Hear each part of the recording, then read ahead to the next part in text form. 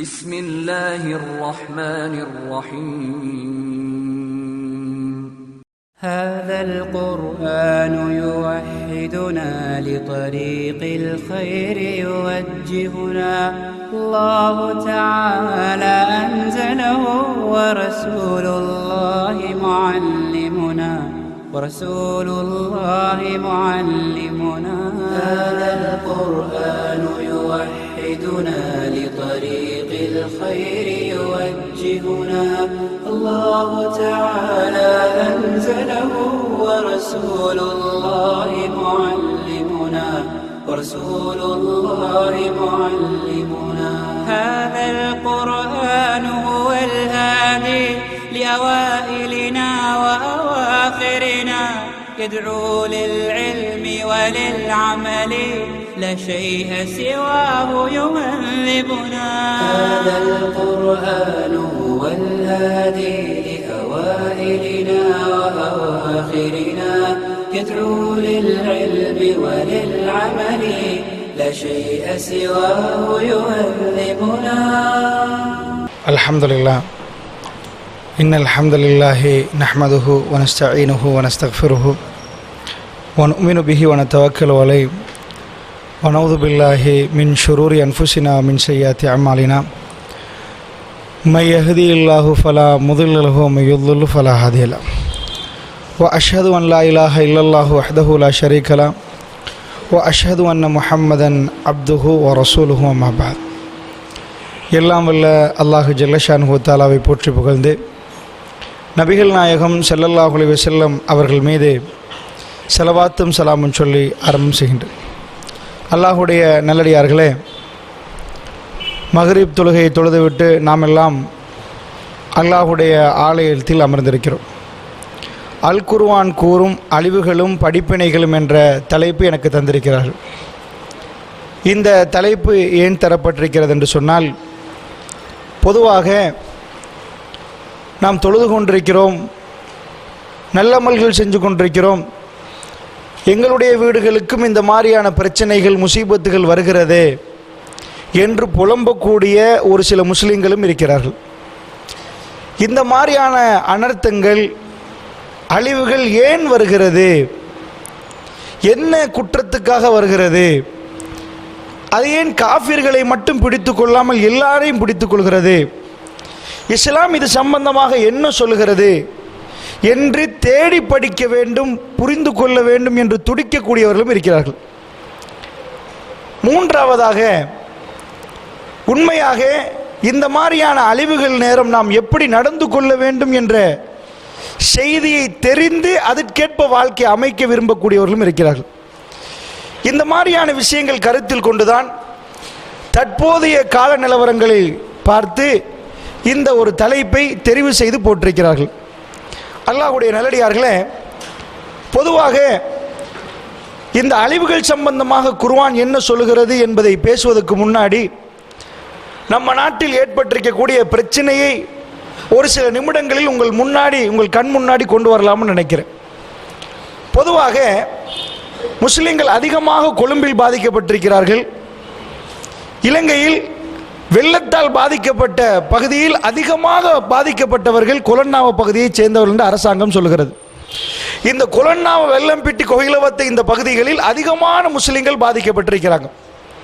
ஆனால் மிக பெரும் அனர்த்தமாக கருதப்படக்கூடிய அனர்த்தம் அரநாயக்க பகுதியில் ஏற்பட்ட சாமசார மலை என்று சொல்லக்கூடிய அந்த மலையில் இருந்து ஏற்பட்ட மண் சரிவு தான் ஒரு பெரிய அபாயமாக கருதப்பட்டிருக்குது.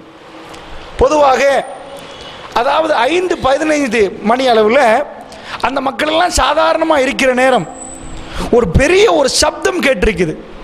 மின் வெட்டி மின் தாக்கி அந்த மக்கள் இதுவரைக்கும் அரநாயக்க மலையில் காலம் காலமாக வசித்து வருகிறார்கள். அதில் அதாவது நீர் ஓடக்கூடிய தண்ணி போகக்கூடிய ஒரு ரூட் இருக்குது.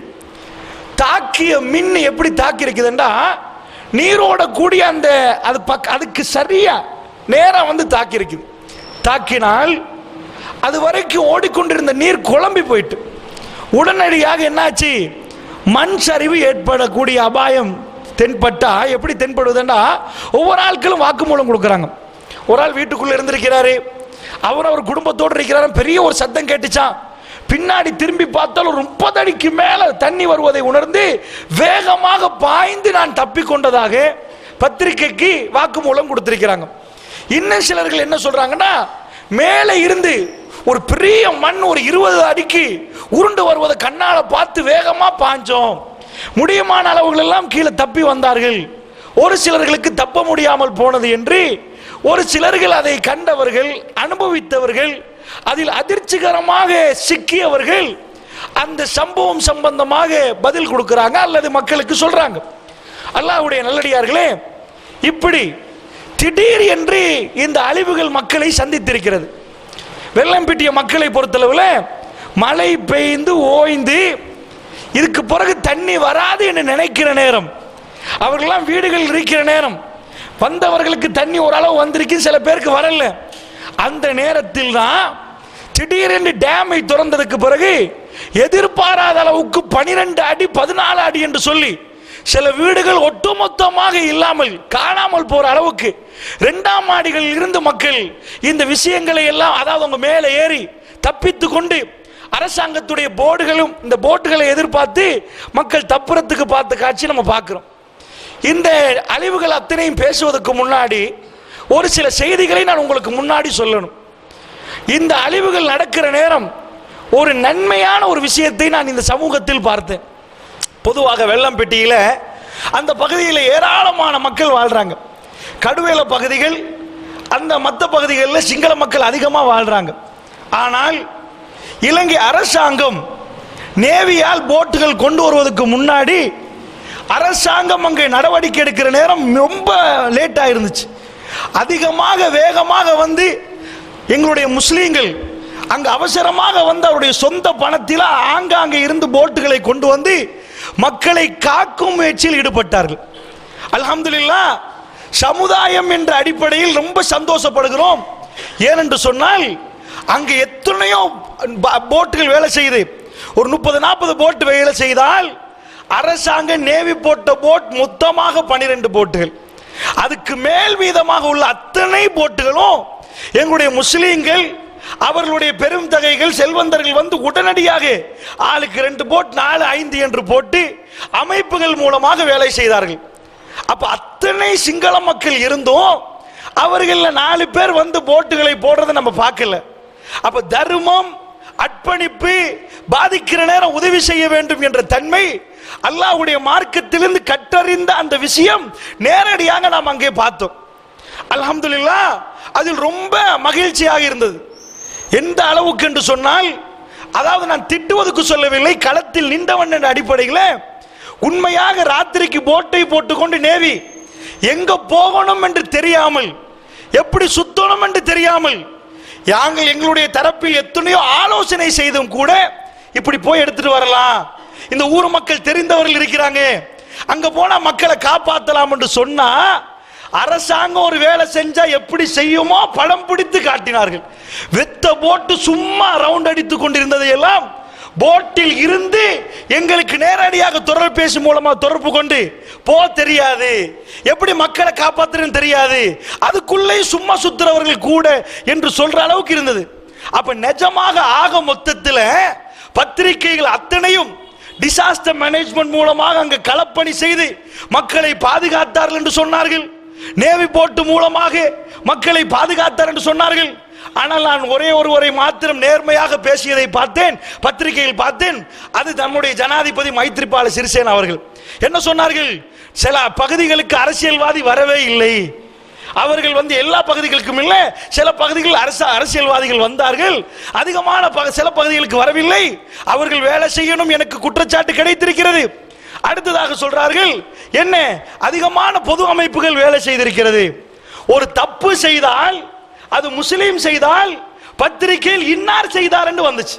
நீங்க பார்த்திருப்பீங்க, போன மாதம் தெய்வலை பகுதியில், அதாவது தூள் வியாபாரத்தில் குடு, இந்த வியாபாரத்தில் முகமது முவாஸ் என்று ஒருவர் சிக்கிக் கொள்கிறார்.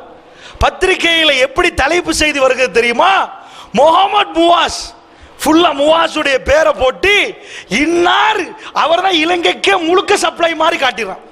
அப்ப எத்தனையோ பேர் கண்டுபிடிக்கப்பட்டிருந்தாலும் ஒரு முஸ்லீம் இதை செய்தால் அவனுடைய பேர் பத்திரிகைக்கு தலைப்பு செய்தியாக வருகிறது, மீடியாக்களுக்கு தலைப்பு செய்தியாக வருகிறது. முஸ்லீம் அமைப்புகள் நான் எல்லா பத்திரிகை சிங்கள பத்திரிகை எடுத்து பார்த்தேன். இவர்கள் நேர்மையாக நடக்கிறார்களா, நிஜத்தை சொல்லுகிறார்களா, நியாயத்தை பேசுகிறார்களா என்பதற்கு தினமணியிலிருந்து, திவைனிலிருந்து, லங்காதீப்பிலிருந்து, லக்பிமையிலிருந்து, லக்பிம பத்திரிகை அவ்வளவுத்தையும் மறைத்து சொல்லுவானே, ஒரு அந்த சோத்த பூசணிக்கால மறைக்கிற மாதிரி அவ்வளவுத்தையும் மறைத்து ஆப்பதா கலமனாக்கர்னு அமாத்தாங் சேவிசி சேலு கட்டி ஊத்து டிசாஸ்டர் மேனேஜ்மெண்ட் அந்த மினிஸ்ட்ரியால எல்லாத்தையும் முடிச்சிட்டாங்களாம். ஆனா அதுல டி-ஷர்ட் போட்டு 2 பேர் தான் கண்டோம். அவ்வளவுதான் மட்டுமா? இந்த களத்தில் உள்ளவர்கள் அத்தனை பார்த்திருந்தால் அவ்வளவு முஸ்லிம் எந்த அளவுக்கு என்றால், தர்கா நகரில் பாதிக்கப்பட்ட நேரம் இங்க இருந்த 4 பேர் அங்க போய் அந்த மக்களுக்கு உதவி செய்தார்கள். எல்லா ஊர்ல போனார்கள். மேல் புல்லரித்தது. அந்த நேரத்தில் பேருவளையிலிருந்து போட் கொண்டு வந்து வைத்திருந்தார்கள். பேருவள மக்கள் அங்க இருந்தார்கள். இந்த மக்களை காப்பாற்றுறதுக்கு நன்றி கடன் பற்றவர்களாக, எங்களுக்கு உண்டென்றால் நீங்கள் ஓடி வந்தால், உங்களுக்கு உண்டென்றால் நாங்கள் ஓடி வருவோம் என்று முஸ்லிம் சமூகம் அற்புதமான முறையில் அந்த விஷயங்களை செய்கிற நேரம் பத்திரிகை என்ன சொல்லுது தெரியுமா? லக்பிம அது அரசாங்கம் எல்லாத்தையும் கச்சிதமா முடிச்சிட்டு ராத்திரி பகல் பார்க்கல, 10:30 மணி போட்டுகள் சிலது இறக்க முடியாமல் ஒரு வண்டி நிப்பாட்டி வச்சிருக்கிறான். அதுல போட் இருக்கிறது, ஆமி வண்டி நிப்பாட்டினா மற்ற போட் கண்டெய்னர் நிறைய வந்திருக்குது, எல்லாம் தனியார் கொண்டு வந்து இறக்கிறதுக்கு. ஒரு 2 போட்டை இறக்கிறதுக்கு எங்க அமைப்பு ரீதியாக இறக்கிற 2 போட்டுக்கு 1.5 மணி தியாலம் கண்டெய்னரை நிப்பாட்டி ஆமி வண்டியில டிரைவரை காணலையா. இதை தேர்றதுக்கு இவ்வளவு பிச்சாட்டத்திலையும் ஒரே ஒரு போலீஸ்காரர் போட்டிருக்கிறார்கள். இதுதான் அவர்கள் சொல்ற டிசாஸ்டர் மேனேஜ்மெண்ட். நான் திட்டுவதற்கு சொல்லவில்லை. எங்கள் சமூகம் ஓரளவு மாஷா அல்லாஹ் அற்புதமாக கை போட்டு அந்த மக்களை காப்பாற்றியது. ஆனால் இதை பற்றி நேர்மையாக பேசுவதற்கு யாரும் இல்லை. ஜனாதிபதி அவர்கள் பொது அமைப்புகள் அதிகமாக வேலை செய்தார்கள், அவர்கள் வேலை செய்ய வேண்டும் என்ற ஒரு தகவலை போட்டிருந்தார். அது ரொம்ப சந்தோஷமான செய்தி. அப்ப இந்த செய்தியோடு நான் உங்களுக்கு ஆரம்பிக்கிறேன். அல்லாஹ்வுடைய இல்லையார்களே, அந்த மக்கள் வர ஆரம்பித்தார்கள். எந்த அளவுக்கு கண்டா சார சாரையாக வர்றார்கள். முழு வீடும், அவர்களுடைய முழு வீடும் என்ன இருக்குது தாண்டி மேல் மாடியில் உள்ளவர்கள், தொங்கிக் கொண்டிருந்தவர்கள், கூரைக்கு மேல் ஏறினவர்கள் என்று நினைத்து பார்க்காத விதத்தில் கொழும்பில 20 ஆண்டுகளுக்கு முன்னாடி 7 அடிக்கு நாகலம் ஸ்ட்ரீட் அந்த இதுல 7 அடிக்கு அந்த தண்ணீர் இந்த தடவை 20 ஆண்டுகளுக்கு பிறகு இதுதான் முதல் தடவையாக அதிர்ச்சிகரமான இந்த வெள்ளம் வந்ததாக இன்றைக்கு பதிவுகள் நடக்கிறது. அல்லாஹ்வுடைய நல்லடியார்களே, இப்பொழுது அந்த பகுதியில் கிட்டத்தட்ட உள்ள 1.5 லட்சம் மக்கள் வெளியேற்றப்பட்டு ஆங்காங்கே நிற்கிறார்கள். அவல நிலையில் நிற்கிறார்கள். அவர்கள் சேகரித்த சொத்துக்கள் எல்லாம் வெள்ளம் அடித்து போய்விட்டது. ஒரு இடத்துக்கு போய் பார்க்கிறோம், அங்க வெசல் வண்டி நிற்குது, முழுக்க மூழ்கடிக்கப்பட்டிருக்குது. ஆட்டோக்களை பார்க்கிறோம், கார்களை பார்க்கிறோம். நினைச்சு பார்க்க முடியாத நேரத்தில் வேகமாக வந்ததாகத்தான் சொல்றார்கள். அதாவது இந்த அறிவிப்பு கிடைக்க முன்னாடி டேமை திறந்து விட்டுட்டார்கள். டேமை திறந்த உடனே நம்ம நினைச்சு பார்க்காத விதத்தில் கண்ணு முன்னாடி அப்படியே தண்ணி மேல போற நேரம் என்ன செய்வது என்று தெரியாது. அந்த நிலைமையில் நாம் சிக்கிக் கொண்டதாக அனைத்து தரப்புகளும் சொல்றார்கள். இந்த உரைக்குள் நான் போவதற்கு முன்னாடி இன்னொரு முக்கியமான செய்தியும் சொல்லணும். இப்படியெல்லாம் முஸ்லிம் சமூகம் வேலை செய்கிற நேரம் இந்த சமூகத்துக்கு தலைமை பொறுப்பு யார் என்ற ஒரு கேள்வி வருது. ஏனென்று சொன்னால் அல்ஹம்துலில்லாஹ் பொருளாதாரம் பார்க்காம, பணம் பார்க்காம எக்கச்சக்கமாக அங்க வந்து அத்தனையும் கொற்ற நேரம் பள்ளிவாசல்கள் மூலமாக அறிவிப்பு எடுத்து மக்களுக்கு அந்த மாதிரி விநியோகம் செய்கிற நேரம் அந்த விநியோகம் எல்லாம் யாருக்கு கொண்டு வந்து சேர்க்கப்பட வேண்டும், அந்த இடத்தில் யார் உட்காருவா, அந்த இடத்தில் எல்லாத்தையும் கொடுத்து யார் கொடுப்பார்கள் என்று பார்த்தா அந்த ஒரு அமானித மோசடியை நான் பதிவு செய்து விட்டு தலைப்புக்குள் வரலாம் நினைக்கிறேன். இந்த நாட்டில் யார் தலைமை பொறுப்பில் இருக்கிறார்களோ அவர்கள் அல்லாஹ்விடம் பதில் சொல்ல வேண்டும். யார் இதுக்கு பொறுப்புதாரிகளோ அவர்கள் அல்லாஹ்விடம் பதில் சொல்ல வேண்டும். நான் தாக்குவதற்கு பேசவில்லை, நேர்மையான கண்ணோட்டத்தில் நான் நிறைய சிந்திச்சு பார்த்தேன். ஏனால் அந்த அளவுக்கு பாதிக்கப்பட்ட நேரம் என்ன நடக்கிறது என்றால், தண்ணி போத்தலை கொண்டு வந்து நல்ல நோக்கத்தில் இறக்கிறார்கள், போத்தல் போத்தலாக அட்டிக்கி வைக்கிறார்கள், வர்றவர்களுக்கெல்லாம் கொடுக்கிறார்கள். பக்கத்தில் ஒரு முஸ்லிம் கடை, அவர் சொல்றாரு, நல்ல உள்ளம் படைத்ததால் சொல்றாரு, அதுல ஒரு பெட்டியை தூக்கிட்டு போய் அந்த கடையிலே வித்துட்டானா. ஏனண்டா யாருக்கு கொடுக்கிறது, யாருக்கு கொடுக்க கூடாது, யார் எப்படி கொடுக்கிறது எதுவுமே இல்லாம யாரு பொறுப்பு, யார் கையில் அத்தனை ஒப்படைக்கணும், வர்றவர்கள் எல்லாம் கொட்ட அங்க சில கல்வர்கள் உருவாயிட்டார்கள். 4 பார்சலை எடுக்கிறது, தண்ணி போத்தெல்லாம் சேகரிச்சு கடை கொடுக்கிறது. அங்கிட்ட இருந்து தேவைப்பட்ட மக்களுக்கு போய் சேராம வீடுகளில் 2 நாளாக அடைந்திருந்தவர்கள், பசியில் இருந்தவர்கள், கரண்ட் இல்ல, போன் டெத் ஆயிரும், அவங்களுக்கு கால் பண்றதுக்கு வழி இல்ல, தண்ணி மேல மேல ஏறுது. இந்த மக்கள் எந்த வகையிலும் அவர்கள் அவர்கள் சின்ன போட்டு தேவைப்படுது. சின்ன போட்டு தேவை என்பதை டிசாஸ்டர் மேனேஜ்மெண்ட் சொல்லவில்லை, அங்க உள்ள முஸ்லிம்கள் சொல்றாங்க. இந்த வண்டி இதுல போயிடாது, அவன் பெருசுல ஓடுறான், சின்ன லேனுக்குள்ள அதை எடுத்து போயிடாது. முஸ்லிம்கள் அழைப்பித்து அத்தனை போட்டும் சின்ன லேனுக்குள்ள போயிடாது. அதுக்கு பிறகு சின்ன லேனுக்குள்ள போய் அது சும்மா கேட்டு அவன் கேட்கிறான் இல்ல, ஜனாதிபதி வண்ணன் வைனனுக்கு சொல்லி அது மூலமா தாக்குதல் பண்ணி அது மூலமா அங்க மெசேஜ் அனுப்புறாங்க, நீங்க சொன்னது கேட்ப நாங்கள் அனுப்பிட்டோம். 3 மெசேஜ், அது பாராட்ட வேண்டியது. அப்ப இங்க இருந்து பொதுமகன் சொல்லிதான் அந்த போட்டில் எடுக்க வேண்டிய நிலைமையை தவிர உள்ள முக்கியமான தரப்புகள் இயங்கவில்லை. இந்த நேரத்தில் இந்த வந்ததெல்லாம் ஒழுங்கா விநியோகம் இல்லாம வர்றவர்கள், தண்ணியிலிருந்து வர்றவர் கையிலாவது ஒரு தண்ணி போத்தலை கொடுக்கறதுக்கு ஒரு பார்சலை கொடுக்க தண்ணி சாமான் எல்லாம் போயிரும், வர்றதெல்லாம் இங்காலே முடிச்சிருவாங்க. அப்ப நான் யோசிச்சு பார்த்தேன், பள்ளி பள்ளியா சேகரிக்கிறார்களே, ஒன்றிலையும் மோசடி நடக்கல, எல்லாம் பொதுமக்களுக்கு போகுது. இந்த பள்ளிகளுக்கெல்லாம் தலைமை பொறுப்பு யாரு? ஜமியத்துல் உலமாவா அல்லது வேறொருவரா? ஏன் அவர்களுக்கு அங்க டேபிளை போட்டு நாங்க கொடுக்கிறோம்ப்பா, எல்லாம் எங்கள்கிட்ட தந்துருப்போங்க, அங்க 4 பேர், இங்க 4 பேர், அங்க 8 பேர், இங்க 8 பேர்னா யாருக்கு யாரு கொடுக்க போறீங்க?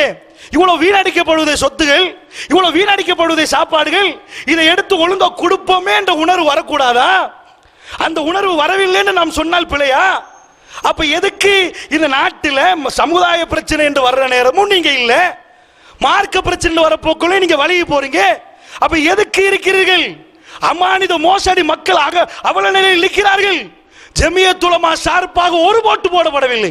நான் திட்டுவதற்கு அவர்கள் இவ்வளவு காலம் நான் திட்டத்தை விட்டிருந்தேன், ஆனால் கொந்தளிக்கிற அந்த அளவுக்கு பயங்கரமான நிலைமை, கண்ணீரோடு அழுகிறார்கள். அந்த நேரத்தில் ஜுப்பா உடுத்து வேலை இல்லை, அந்த இடத்தில் போய் களப்பணி செய்யணும், அந்த மக்களை காப்பாற்றணும். வங்கி கணக்கு போட்டு நம்பரை போட்டு நீங்க பணம் அனுப்புங்கள், அல்லாஹ் பணத்தை அள்ளி அள்ளி அனுப்புவான், அதுல எந்த சந்தேகமும் இல்லை. அந்த இடத்தில் யார் தலைமை கொடுப்பது? கொலன்னாவ பள்ளியிலிருந்து வந்தா, வெள்ளாம்பட்டி பள்ளிக்கு வந்தா 10 பள்ளி சேர்ந்துருமே, அதுக்குள்ள பாதிக்கப்பட்ட 10 பள்ளிக்கும் எங்களால தலைமைத்துவம் கொடுக்கலாமா? எங்க தலைமைத்துவத்தை ஏற்றுக்கொள்வார்களா? வேறொரு அமைப்பு தலைமைத்துவத்தை ஏற்றுக்கொள்வார்களா? அப்ப தலைமைத்துவத்தை கொடுத்தவர்கள் எங்க? இதுக்கு பிறகு ஊடு கெட்டது இல்லை, உயிரை பாதுகாக்கிற நேரம் என்ன பண்ணினார்கள்? நான் ஏன் உங்களுக்கு இதை பதிவு செய்யறேன் தெரியுமா? ஒரு புறத்தில் இந்த சமுதாயம் நல்ல நிலைமையில் இருக்கிறது, யாரு தலைமையில் உட்கார்ந்து கொண்டிருக்கிறார்களோ, யாரு தலைவர்கள் என்கிறார்களோ அவர்கள் இங்க இருந்து மெசேஜ் அனுப்பலாம். நீங்க என்ன பண்ணி அந்த களத்தில் செய்தார்கள் என்பதை கேளுங்க. அவ்வளவு முஸ்லீம் பள்ளி வாசல் இருந்து பாதுகாப்பு பொறுப்புக்கு அவங்க என்ன வேலை செஞ்சாங்க, எந்த பொறுப்பை எடுத்தாங்க, எந்த ஊருக்கு போட் போகல, எதுக்கு போச்சு என்று கேட்டார்களா? விபரம் எல்லாமே யாருன்னே தெரியாது. அங்கே ஒருத்தர் தெய்வம் வந்திருந்தார், வெள்ளவத்தில் ஒருத்தர் வந்திருந்தார், அவருக்குரிய சக்தி கேட்பவர் செய்கிறார். அல்ஹம்துலில்லாஹ், அவர்களுக்கெல்லாம் அல்லாஹ் கோடி கோடியாக நன்மை கொடுப்பான். ஆனா பேரடித்து தலைமை என்று சொன்னவர்கள் ஏன் அங்கே வரவில்லை? ஒரு சிலர்கள் ராத்திரி பகல் இல்லை, தூங்கவே இல்லை, அவ்வளவெல்லாம் வேலை செய்தார்கள். அந்த மக்களுக்கு நீங்கள் கட்டாயம் துஆ செய்ய வேண்டும், அவர்கள் யாராக இருந்தாலும். ஆனால் தலைமையில் உள்ளவர்கள் பணம் சேர்ப்பது மட்டும்தான் வேலையா? அதை கொடுப்பது மட்டும்தான் வேலையா? இந்த இடத்தில் இவர்களை நிர்வகிக்கிற பொறுப்பு, அவர்களை சேர்ந்து என்ன பண்ணணும் என்று செய்கிற பொறுப்பு இல்லையா? இதனால் சொல்லுகிறேன், நான் ஏசுவதற்கு அவர்கள் நியாயமாக சிந்தித்து பார்க்கட்டும். ஒரு தடவை உட்கார்ந்து இல்லை என்றால் அவர்கள் வாபஸ் வாங்கணும். நாங்க தலைமை இல்ல, அமானித மோசடி பண்ணாதீங்க, உங்களால் அந்த களப்பணிகள் செய்ய முடியலண்டா, அங்க போய் நேர்மையாக மக்களுக்கு நியாயமாக களப்பணியாற்ற முடியலண்டா, இதுக்கு இன்னொரு அமைப்பை நாங்க கொடுக்கிறோம், இதுக்கு பிறகு நாங்க இந்த மாதிரி வேலைகளுக்கு வரமாட்டோம் என்று ஒதுங்கிடணும்.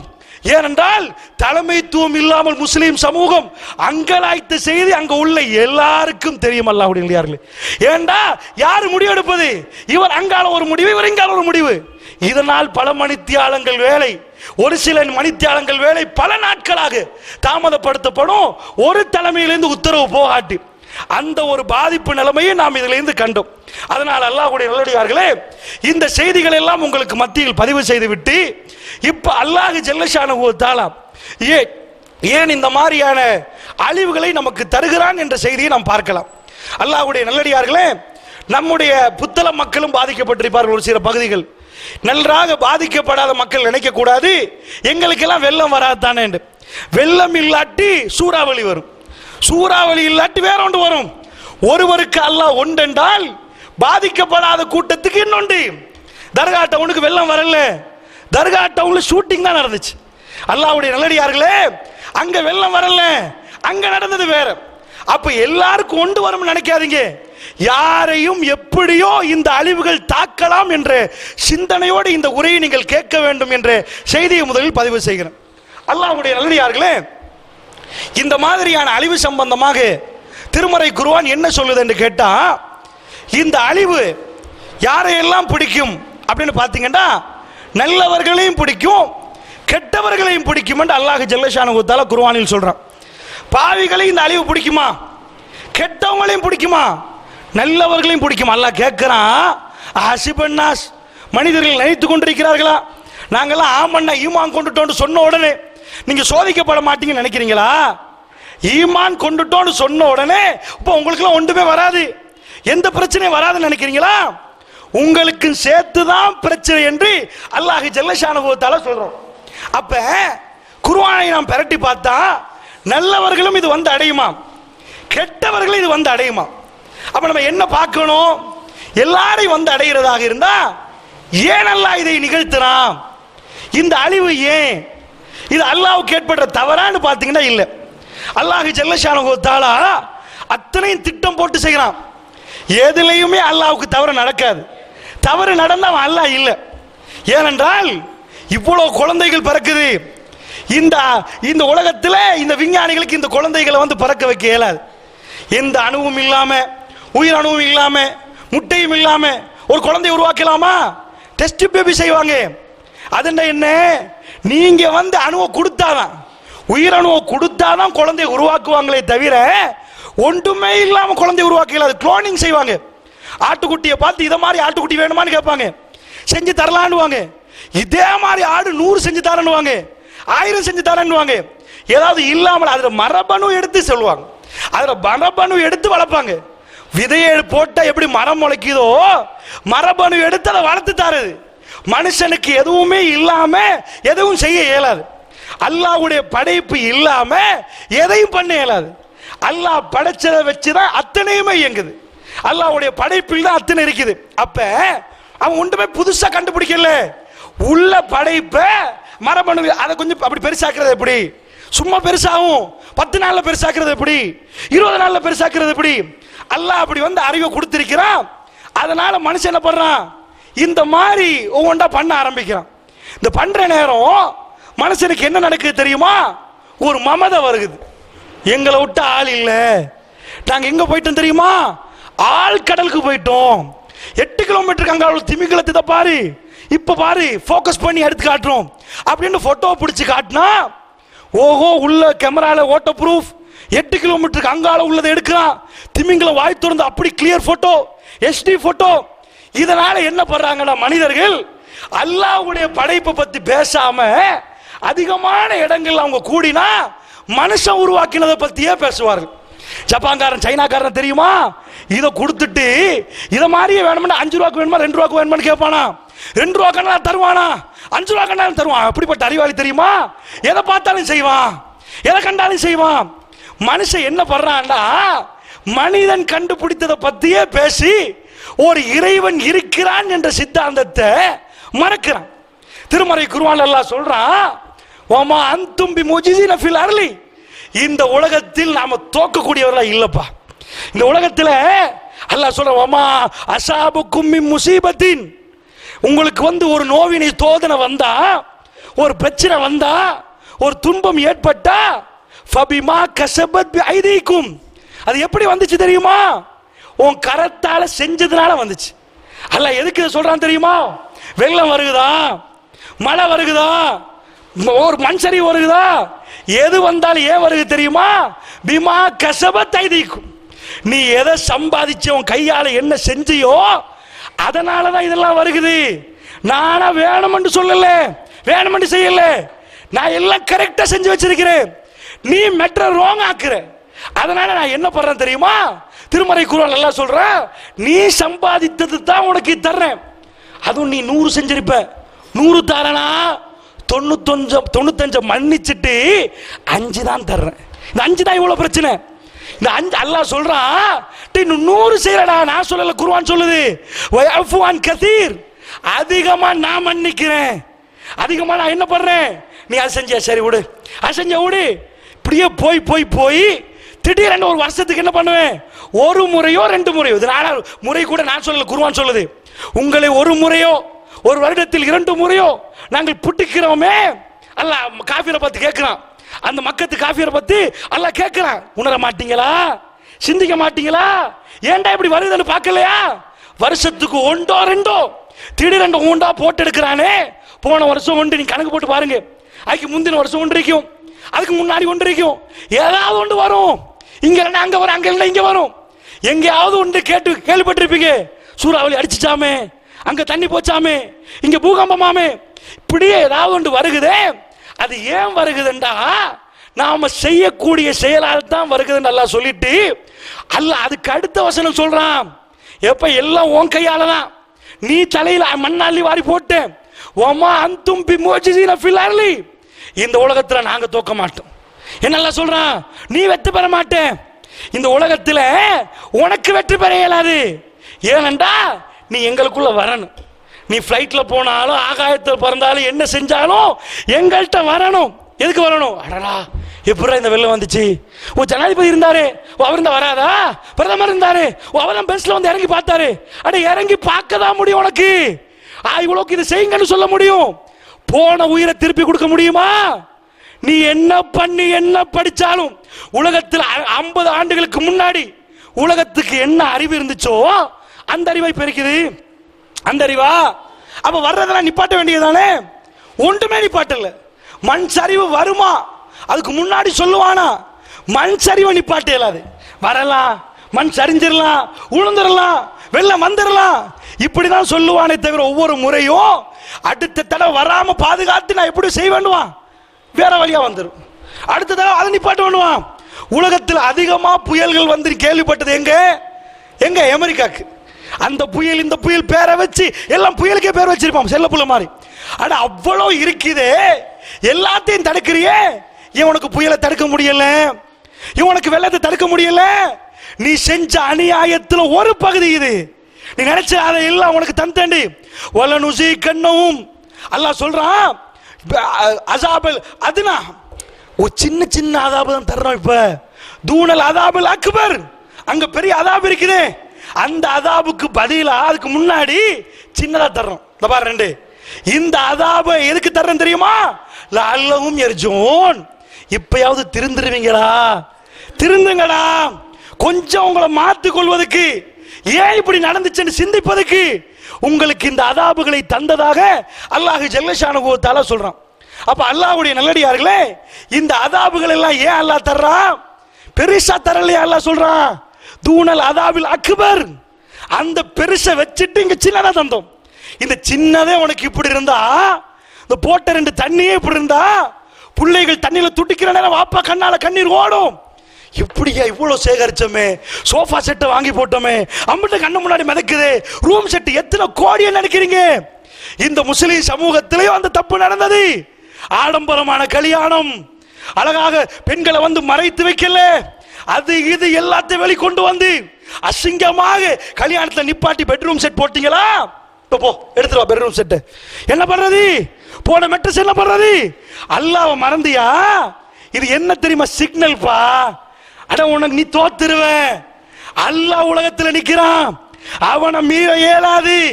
எந்த சக்திக்கு மீற அப்பா அப்பா அல்லாஹ் காட்டுவானா, நானா சக்தி படைச்சவன், நானா அல்லாஹ் ஜல்லஷானஹு வ தஆலா, நானா பவரானவன். நீ எந்த சக்தியை கொண்டு வந்து நிப்பாட்டினாலும் நான் செய்யறதை செஞ்சுட்டே இருப்பேன். உன்னால ஒன்னும் பண்ண இயலாது.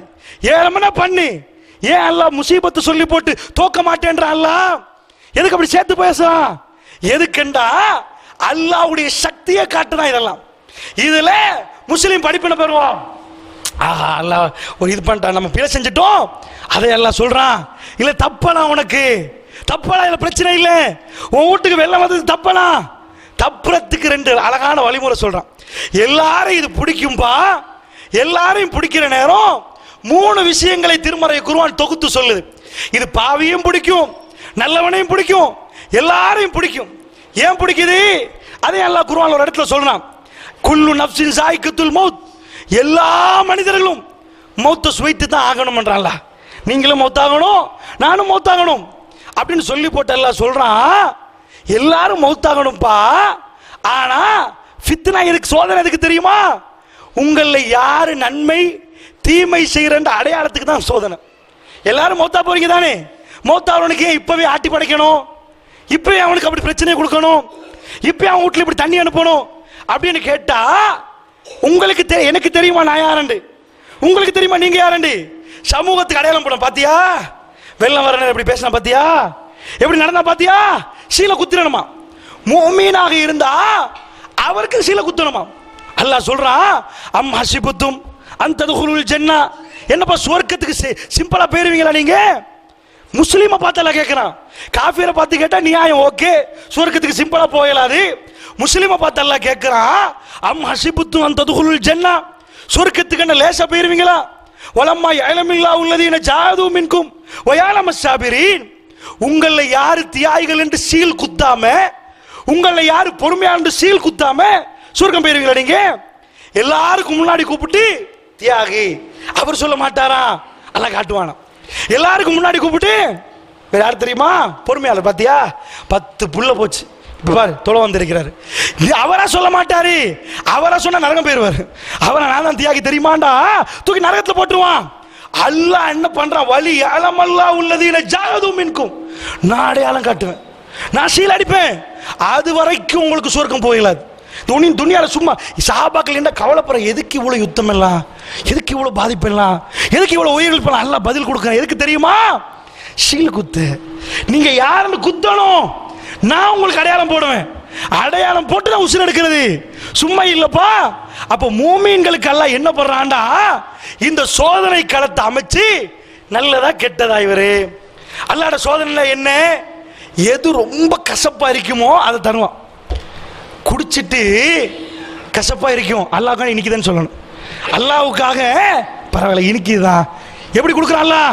இப்ராஹிம் நபி புள்ளைய கொண்டு போய் அவருக்கு எது ரொம்ப உலகத்தில் விருப்பமோ தோட்டம் துறவு எல்லாத்தையும் விட்டுட்டாரு, எல்லாம் விட்டுட்டாரு.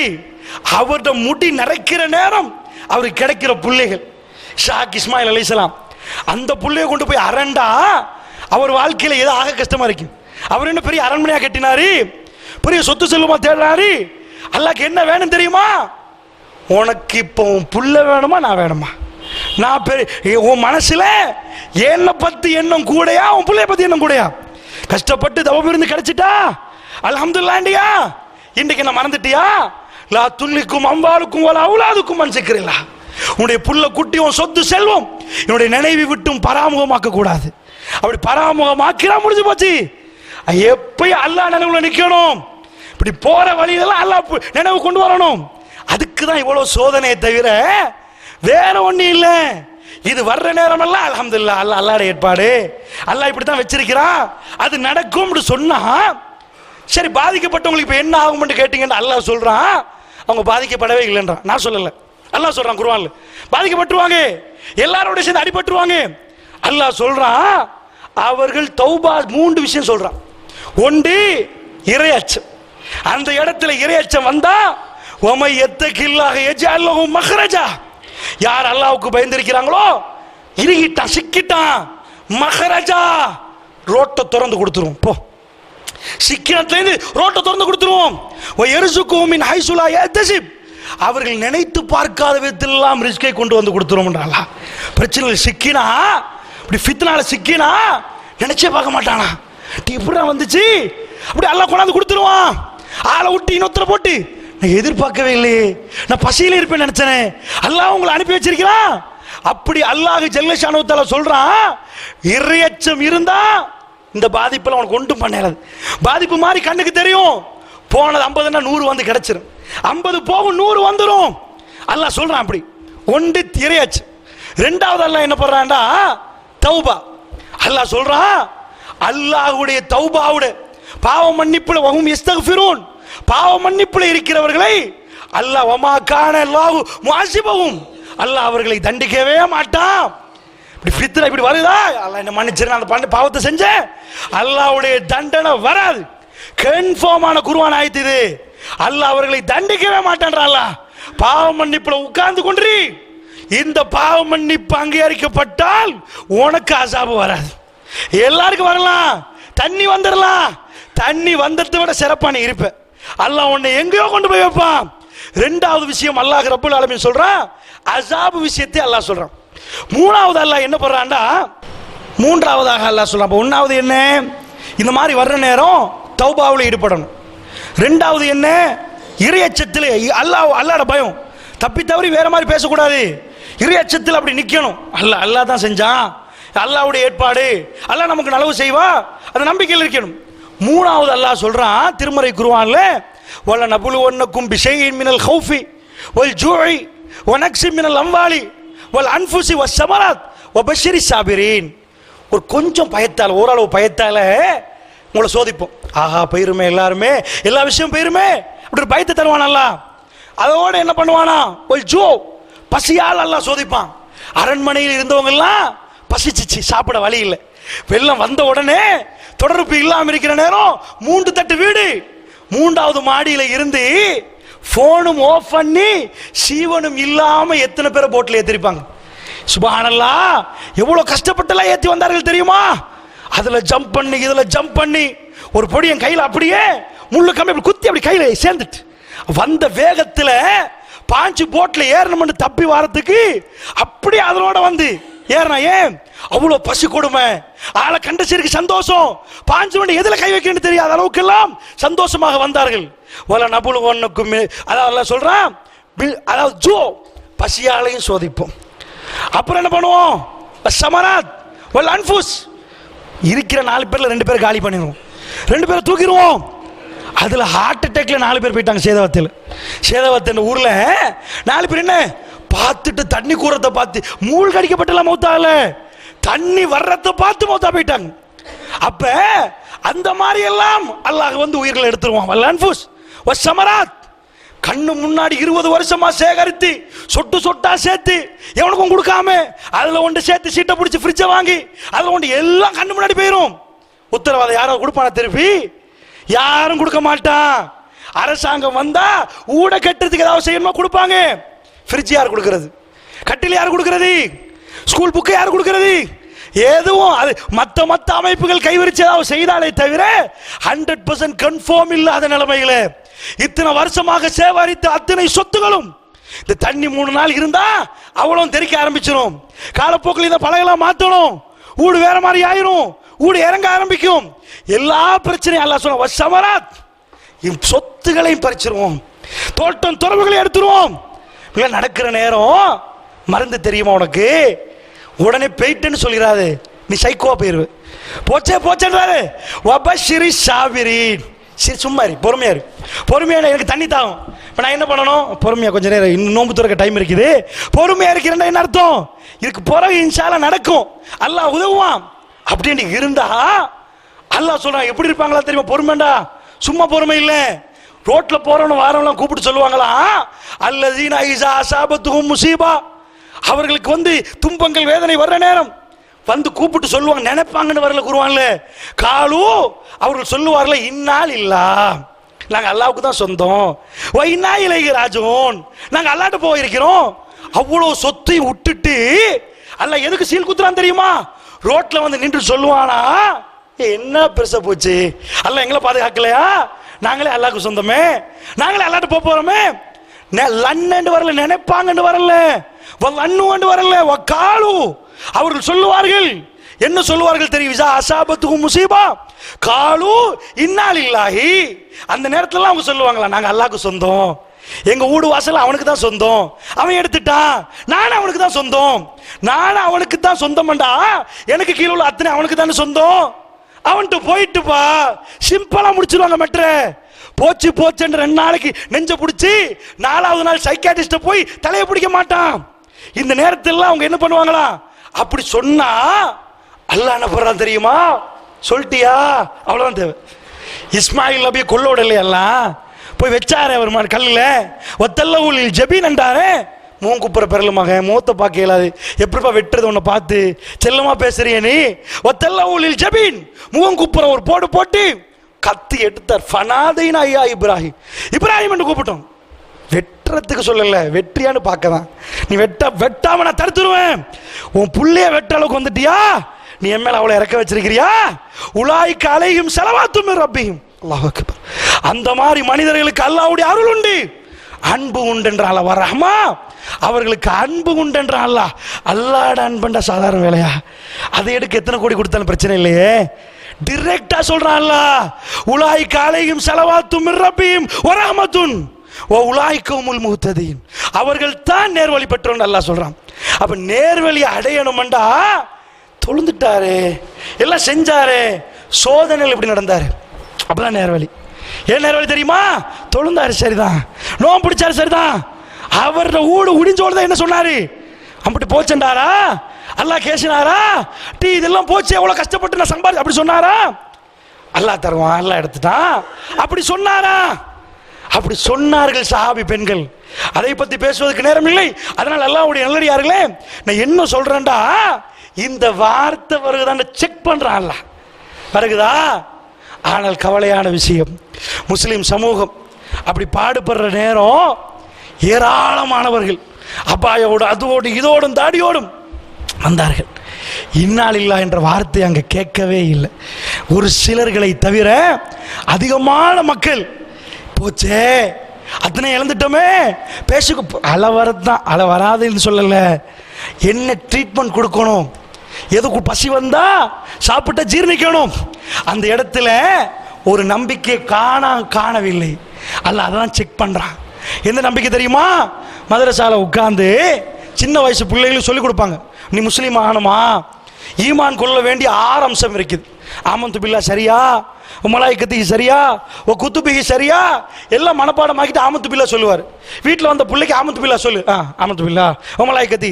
அரபுல பாடம் பண்ணா முஸ்லீம் நினைப்பு, அரபுல அத்தனையும் பாடமாக்கினா எல்லாம் சரின்னு நினைப்பு. நான் கேட்கிறேன், எல்லா நம்பிக்கைக்கும் வித்தியாசமான ஒரு நம்பிக்கை, 6வது நம்பிக்கை. ஆமத்து அல்லாஹ் நம்பு, அல்லாஹ் இருக்கிறான் நம்புறேன். ஓ மலாயிகத்தி, மலக்குமார்களை நம்பு, அவனுடைய மலக்குமார்களை அவங்க இருக்கிறாங்க நம்புறேன். ஓ குத்துபிகி, வேதங்கள் கொடுக்கப்பட்டுச்சு நம்புறேன். ஓ ருசுலிகி, நபிமார்கள் வந்தாங்க நம்புறேன். ஒல் யௌமில் ஆகிர், மறுமை நாள் ஒன்று வரப்போகிறது நம்புறேன். வல் கதிரி கைரிஹி வ ஷர்ரிஹி மினல்லாஹி தஆலா. ஒருத்த முஸ்லீம் ஆகணும்டா இந்த 6ஐ நம்பணுமா? ஒன்றுல ஓட்டண்டா ஒரு முஸ்லீம் ஈமான் இல்லையா? ஒன்றுல ஓட்டண்டா ஈமான் இல்லையா? மக்கத்து காஃபிரும் அவங்க அல்லாஹ்வை நம்ப தான் செஞ்சாங்க. ஆமந்து பில்லாஹ்ல பிரச்சனை இல்லை, அல்லாஹ்வை நம்பினாங்க. அல்லாஹ்வை நம்புற விதத்துல பிரச்சனை இருந்துச்சு. அவங்கள்ட்ட என்ன பிரச்சனை தெரியுமா? முஹம்மது ரசூலுல்லாஹ் தள்ளி போட்டாங்க. அல்லாஹ் ஓகே, வலையின் சால்த்தும் மன்னஸல மினஸ் ஸமாஇ மான், அவங்கள்ட்ட போய் கேளுங்க, நபியே வானத்திலிருந்து மழையை பொழிவிக்கிறது யாருன்னு கேளுங்க, அல்லாஹ்ண்டு வா அப்படி சொன்னா. அதனாலதான் ரசூல்லா பிறக்க முன்னாடியே, ரசூல்லா வாப்பா பிறப்பாங்க தான், ரசூல்லா பிறக்க முன்னாடி வாப்பா பிறக்கணுமா இல்லையா? வாப்பா பேர் அப்துல்லா, அல்லாஹ் அடிமை. இஸ்மாயில் நபி வம்சத்திலிருந்து அல்லாஹ்வை தெரியும் உங்களுக்கு, அப்துல்லான்னு தான் பேர் வச்சிருந்தாங்க. ரசூல்லா வந்து முதல் அப்துல்லான்னு பேர் வைக்கல. அல்லாஹ்வுக்கு ரொம்ப விருப்பமான பேர் அப்துல்லா, அப்துல் ரஹ்மான். அந்த அப்துல்லா பேர் ரசூல்லா வாப்பா பேர். அப்ப அல்லாஹ்வுடைய அடிமை வேற வேற அடிமை சொல்லாம அல்லாஹ்வுடைய அடிமை சொன்னவங்க முஹம்மது ரசூலுல்லாஹ் தோத்துட்டாங்க.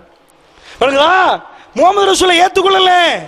மக்கத்து முஷ்ரிக்கள் என்ன சொன்னாங்க தெரியுமா? நீங்க நினைச்ச கூடாது, அவங்க சிலை வணங்கினாங்கன்னு. என்ன சொன்னாங்க? ஆவுலாய் சுஃபாவுனா இந்தல்லாஹ். எதுக்கு இதெல்லாம் வச்சிருக்கிறேன் தெரியுமா? லாத்தூசா மனாத்தெல்லாம் அல்லாட்ட ஷெஃபா இவங்க வந்து அல்லாட்ட போய் அல்லாஹ் நல்லா கொடுத்துறியா, அல்லாஹ் பரிந்து பேச வச்சிருக்கிறோம். இவங்கெல்லாம் இல்ல, அவன் அல்லாஹ் தான் பெருசு. இப்படி சொன்ன ஒரு கூட்டத்துக்கு காஃபிர் என்றோம், முஷ்ரிக் என்றோம். நல்லா புரிஞ்சுக்கோங்க. அது மட்டும் இல்ல, ஆமந்து பில்லாஹ்ல வ மலாயிகத்திஹி வ குதுபிஹில ஒன்றே நீங்க பிழைச்சி, வேதமெல்லாம் வரல அதெல்லாம் விட்டுருங்களே, அதெல்லாம் நம்ப தேவைண்டா. நீ என்ன ஈமான் கொண்டிருக்கிற, நீ என்ன முஸ்லிம்னு கேட்போம், நீ எப்படி ஈமான்தாரின்னு கேட்போம். ஆஹா, அனர்த்தம் தெளிவான ஒன்றை காட்டுச்சு. என்ன காட்டுச்சு தெரியுமா?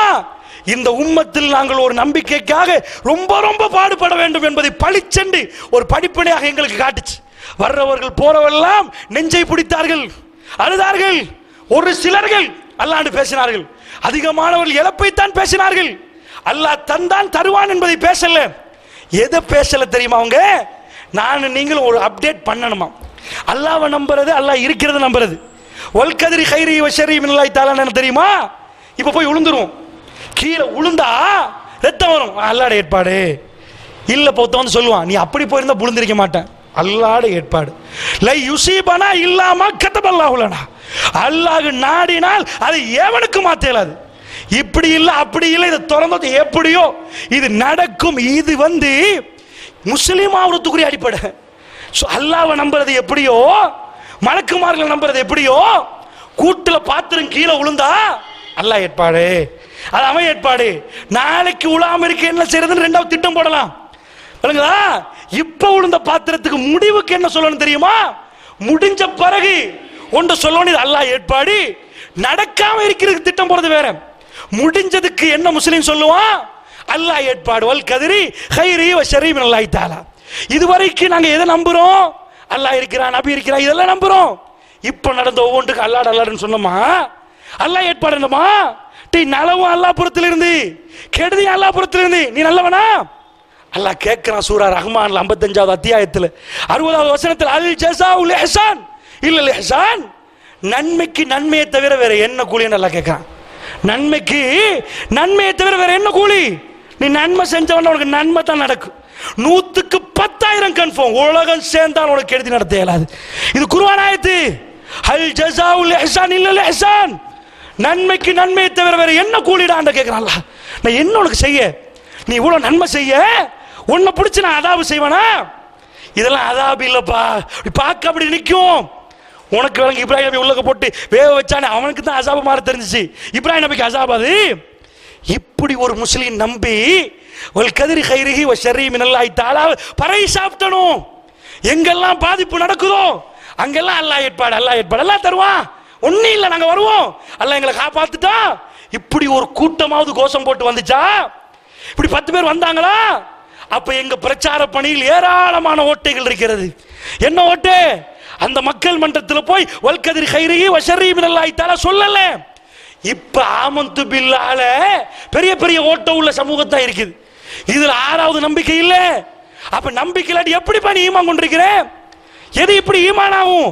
அல்லாஹ்வுடைய நல்லடியார்களே, அப்படி என்றால் அதுக்கு ஒரு சில செய்திகளை மாத்திரம் எனக்கும் உங்களுக்கும் படிப்படியாக சொல்லி, நம்முடைய குடும்பத்தாரையும் எந்த வேதனை வந்தாலும் அல்லாஹ்வுடைய கலாக்கதிரை மாற்றவே இயலாது என்பதை புரிய வைப்பதற்கு ஒரு சில விஷயங்களை மாத்திரம் சொல்லி முடிக்கலாம்னு நினைக்கிறேன். அல்லாஹ்வுடைய நல்லடியார்களே, நபிகள் நாயகம் ஸல்லல்லாஹு அலைஹி வஸல்லம் அவர்கள் அவருடைய மனைவிமார்கள் பாருங்க, இதை விட அதாவது கலாக்கதிர் அல்லாஹ் நாடினா அது நடந்தே ஆகும். மனைவிமார்கள் அவ்வளவு பேரை வச்சிருக்க ரசூலுல்லாஹ் சொல்றாங்க, என்னுடைய ஒரு மனைவி அவளுக்கு எதிராக அவ்அபில் நாய்கள் குறைக்கும். அவ்அப் என்ற ஊர்ல நாய்கள் குறைக்கும் சொல்லிட்டு சொல்றாங்க, அந்த மனைவி யாருன்னு நான் அறியக்கூடாதா? அல்லாவே எனக்கு யாருன்னு தெரியக்கூடாதா? ரசூலுல்லாஹ் கேட்கிறாங்க அல்லாஹ்ட்ட. அல்லாஹ்வுக்கு ரசூலுல்லாஹ் மெசேஜ் அனுப்பிட்டான். என்ன மெசேஜ் அனுப்பிட்டான்? உங்க மனைவியில் ஒரு மனைவி இருக்கிறாங்க, அவங்களுக்கு அவ்அப் என்ற ஊர் வரும், அந்த ஊருக்கு அவங்க போவாங்க. போற நேரம் நாய் குறைக்கும். நாய் குறைச்சா அவங்க நிலைமை மோசமா இருக்கும். பேரை சொல்ல வேண்டியதானே? நீங்க தான் அந்த மனைவி. அல்லாஹ்வுடைய ஒரு மெசேஜ் சொல்லிட்டு சொல்றாங்க, எனக்கு அந்த மனைவி யாருன்னு அறிய வேண்டாமா? ஏன் எந்த பொண்டாட்டின்னு தெரியக்கூடாதா? அப்ப அல்லாஹ் ரசூலுல்லாஹ் என்ன ஒப்புக்கொள்றாங்க? அடிமைத்தனம். எங்களுக்கு பாதி மெசேஜ் தெரிஞ்சா முழுக்க தெரிஞ்ச மாதிரி கழிச்சிட்டு போயிரும். எல்லாம் தெரியும் மாதிரி பாதி தான் தெரியும். பெருமானனுக்கு தெரிஞ்ச பாதி தெரிஞ்ச சொல்றாங்க. சும்மா இருக்கலாம் தானே, எனக்கு யாருன்னு தெரியாது அப்படின்னு சொல்லாம இருக்கலாம் தானே. பெருமானார் எப்பயும் தனக்கு தெரிந்தது இது, தெரியாது இதுன்னு சொல்லிடுவாங்க. அல்லாஹ்வுடைய தூதர் என்றைக்குமே அந்த மாதிரி தலகணம் பிடித்து நடந்ததே இல்லை. வீட்டுக்கு வர்ற ரசூலுல்லாஹ் பிள்ளைகள்லாம் தட்டிட்டு இருக்குது பாத்திரங்களை, அந்த மாதிரி விளையாட்டு, அதாவது இது சவுண்ட் அடிச்சுட்டு இருக்குது விளையாட்டு. அபூபக்கர் எல்லாம் வர்றாங்க பெருநாளாண்டு, அவங்க முகமெல்லாம் செவந்துட்டு, ரசூலுல்லாஹ்வுடைய வீட்டிலே இசை கருவிகளா, பிள்ளைகள் பாட்டு படிக்க தட்டி தட்டி. பெருமாளை கண்டுகொள்ள, பெருநாள் தானே விட்டுருங்க, அப்ப அந்த புள்ள ஒரு பாட்டு படிக்குது. ரசூலுல்லாஹ் கண்ட உடனே சிரிச்சிட்டு வராங்களா, ஏலம் மாஃபிகதா ஃபீனா ரசூலுல்லாஹ், எங்கள்கிட்ட ஒரு நபி இருக்கிறாரு, ஏலம் மாஃபிகதா, நாளைக்கு எனக்குலாம் அவருக்கு தெரியும், போற நேரம் நம்ம கொலர் கொஞ்சம் தூக்கிட்டேன் நல்லா படி அப்படின்னு போயிருவோமா இல்லையா? பெருமான சின்னது தானே. அபூபக்கர் அவர்கள் இசை கருவிகளை இது பண்றாங்க, கோத்தோட பாக்குறாங்க. ரசூலுல்லாஹ் என்ன பண்ணிட்டு போறாங்க, புள்ளையை தட்டிட்டு இந்த வரியை மட்டும் மாத்திரு, நாளைக்கு நடக்க எனக்கு தெரியாது, அல்லாஹ் அறிவிச்சு தந்தா தான் தெரியும். சூரா லுக்மானுடைய விஷயத்தை பறைசாற்றல், வமா தத்ரி நஃப்சுன் மாதா தக்திபு கதா வமா தத்ரி நஃப்சுன் பி ஐயார்லின் தமூத். எந்த ஆன்மாவும் நாளை எங்க என்ன சம்பாதிக்க போகுது, எங்க மௌத்தா போகுதுன்னு யாருக்குமே தெரியாது. அல்லாஹ்வுடைய தூதர் என்ன அல்லாஹ் அறிவிச்சு தந்தாதான் எனக்கு தெரியும். அதனால தான் சொல்றாங்க, ஒரு மனைவிக்கு நடக்கும்பா, அது யாருன்னு தெரியல, நீ தெரிஞ்சுக்க கூடாதா அல்லாஹ், எந்த மனைவி அப்படின்ட்டாங்க. சுப்ஹானல்லாஹ். என்ன ஆகுது, சொன்ன மாதிரி பெருமானார் மௌத்தாயிட்டாங்க. மௌத்தாக 24 வருஷம். ஹிஜ்ரி 11 மௌத்தானா, ஹிஜ்ரி 35 கடந்து 36 இந்த சம்பவம் நடக்குது. என்ன சம்பவம் நடக்குது, உஸ்மான் ரலியல்லாஹு அவர்கள் கொலை செய்யப்பட்டாங்களா, அடுத்த ஆட்சிக்கு அலி பின் அபி தாலிப் வர்றார். வந்தா ஜுபைர் ரலியல்லாஹு தல்கார் பையத்து பண்ணிட்டாங்க. பையத்து பண்ணிட்டு, அடடா பையத்து பண்ணாலும் பிரச்சனை. என்ன பிரச்சனை தெரியுமா, அலி ரலியல்லாஹு என்ன சொல்றாரு, இப்ப சண்டை பிடிக்கிறது இல்ல முக்கியம், ஆட்சி அமைதியா செய்யணும்.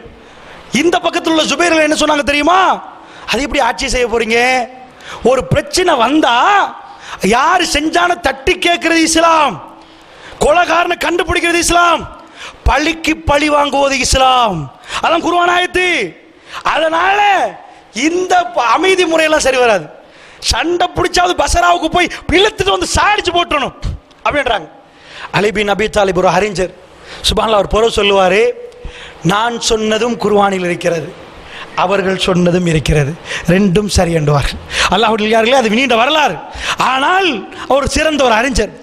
ஜுபைர் ரலியல்லாஹு அவர்கள் போயிருவாங்க. என்ற ஹஜ்ஜி காலத்தில் தான் உஸ்மான் ரலியல்லாஹு கொலை செய்யப்பட்டாங்க. ஹஜ்ஜி காலத்தில் ரசூலுல்லாஹ்வுடைய எல்லா மனைவிமார்களும் ஹரத்தில் போனார்கள். தல்ஹா ரலியல்லாஹு, ஜுபைர் ரலியல்லாஹு, ஆயிஷா நாயகி ஹரத்தில் இருந்து விஷயத்தை பையத்து பண்ணினாலும் பையத்தை முறித்து விட்டு சொன்னார்கள், இதுக்கு மேல இருக்க இயலாது, நீங்க தான் பொறுப்பெடுக்கணும். கொண்டவர்கள் பசராவில் இருக்கிறாங்க, ஷாம்ல, அவங்கள்ட்ட பழி வாங்கணும், பழி வாங்குறதா சரி இஸ்லாம். ஆயிஷா நாய் உட்கார்ந்துட்டாம, சரிதானே இஸ்லாம் தானே சொல்றாங்க, பழி வாங்குற அலி ஏலான்றாரா, கொஞ்சம் காலம் தாமதமாக்கணும்ன்றாரா. ஆயிஷா ரலியல்லாஹு எழும்புறாங்க, உம்மஹாத்துல் முஃமின், முஃமினுடைய தாய் எழும்பினா கொஞ்ச நஞ்ச பேரா, 30,000 பேர் பின்னாடி பட ஒரே அடியா இல்ல, ஒரு இடத்துல இருந்து சேர்றாங்க. ஒரு நாள், அதாவது போற வழியில மதீனாவுக்கு திரும்புற ரூட் வரும், நேரா போன பசரா, இந்த பக்கம் மதீனா. அந்த இடத்துல ரசூலுல்லாஹ் மனைவிமார்கள்லாம் கூப்பிடுவாங்க. ஹப்ஸா ரலியல்லாஹு கூப்பிடுறாங்க, வந்துருங்களேன், ஒரு பெண் தலைமைத்துவத்துக்கு இருக்கக்கூடாது. ஆயிஷா ரலியல்லாஹு அவர்கள் நன்மையை நாடித்தான் அந்த இடத்துக்கு தலைமைத்துவத்துக்கு போனாலும், நான் ஏன் உங்களுக்கு இதை சொல்றேன்டா, கலாக்கதிரை யாருக்கு மாற்ற இயலாது. ரசூல் ஸல்லல்லாஹு அலைஹி வஸல்லம் சம்பவத்தை தான் சொன்னார்களே தவிர அவர்களால் கலாக்கதிரை மாற்ற இயலாது என்பதற்கு நான் சொல்கிறேன். ஆயிஷா ரலியல்லாஹு அவர்கள் அப்படியே எல்லா மனைவிமார்களும் திரும்பி விடுவார்கள், அந்த மதீனத்து பாதையில் போவார்கள். அப்போ இவங்க படையில் தலைவியாக இருந்து கொண்டு ஆயிஷா ரலியல்லாஹு அவர்கள் நன்மையை நாடி பயணம் மேற்கொள்கிறார்கள். மேற்கொண்டா ஒரு இடத்துல தங்குறாங்க. தங்குற நேரம் நாய்கள் குறைக்குது, ராத்திரி சத்தம் கூடுதலாக இருக்குது. இவங்க கேட்குறாங்க பக்கத்தில் உள்ளவங்கள்ட்ட, இது என்ன இடம் அப்படின்றாங்க. கேட்ட உடனே அவங்க மனசில் அந்த உதிப்பு வருகுது, இது என்ன இடம். பக்கத்தில் உள்ளவர் சொல்கிறாங்க, இது அவ்வப், ஹதீஸை நீங்கள் பிரட்டி பாருங்கள். ஆயிஷா ரலியல்லாஹு அவர்கள் வாசகம், அவர்கள் திடுக்குட்டார்கள். திடுக்குட்டு ஒரு கையால் மறு கைக்கு அடித்தார்கள். இப்படி அடித்தார்களா, இப்படி அடித்தார்களான்னு தெரியவில்லை. ஒரு கைக்கு மறு கையை அடித்து ரசூலுல்லாஹ் சொந்த அந்த மனைவி நானா, உடனடியாக பதறி போய் அந்த செய்தி அவர்களுக்கு ஞாபகம் வந்து விட்டது.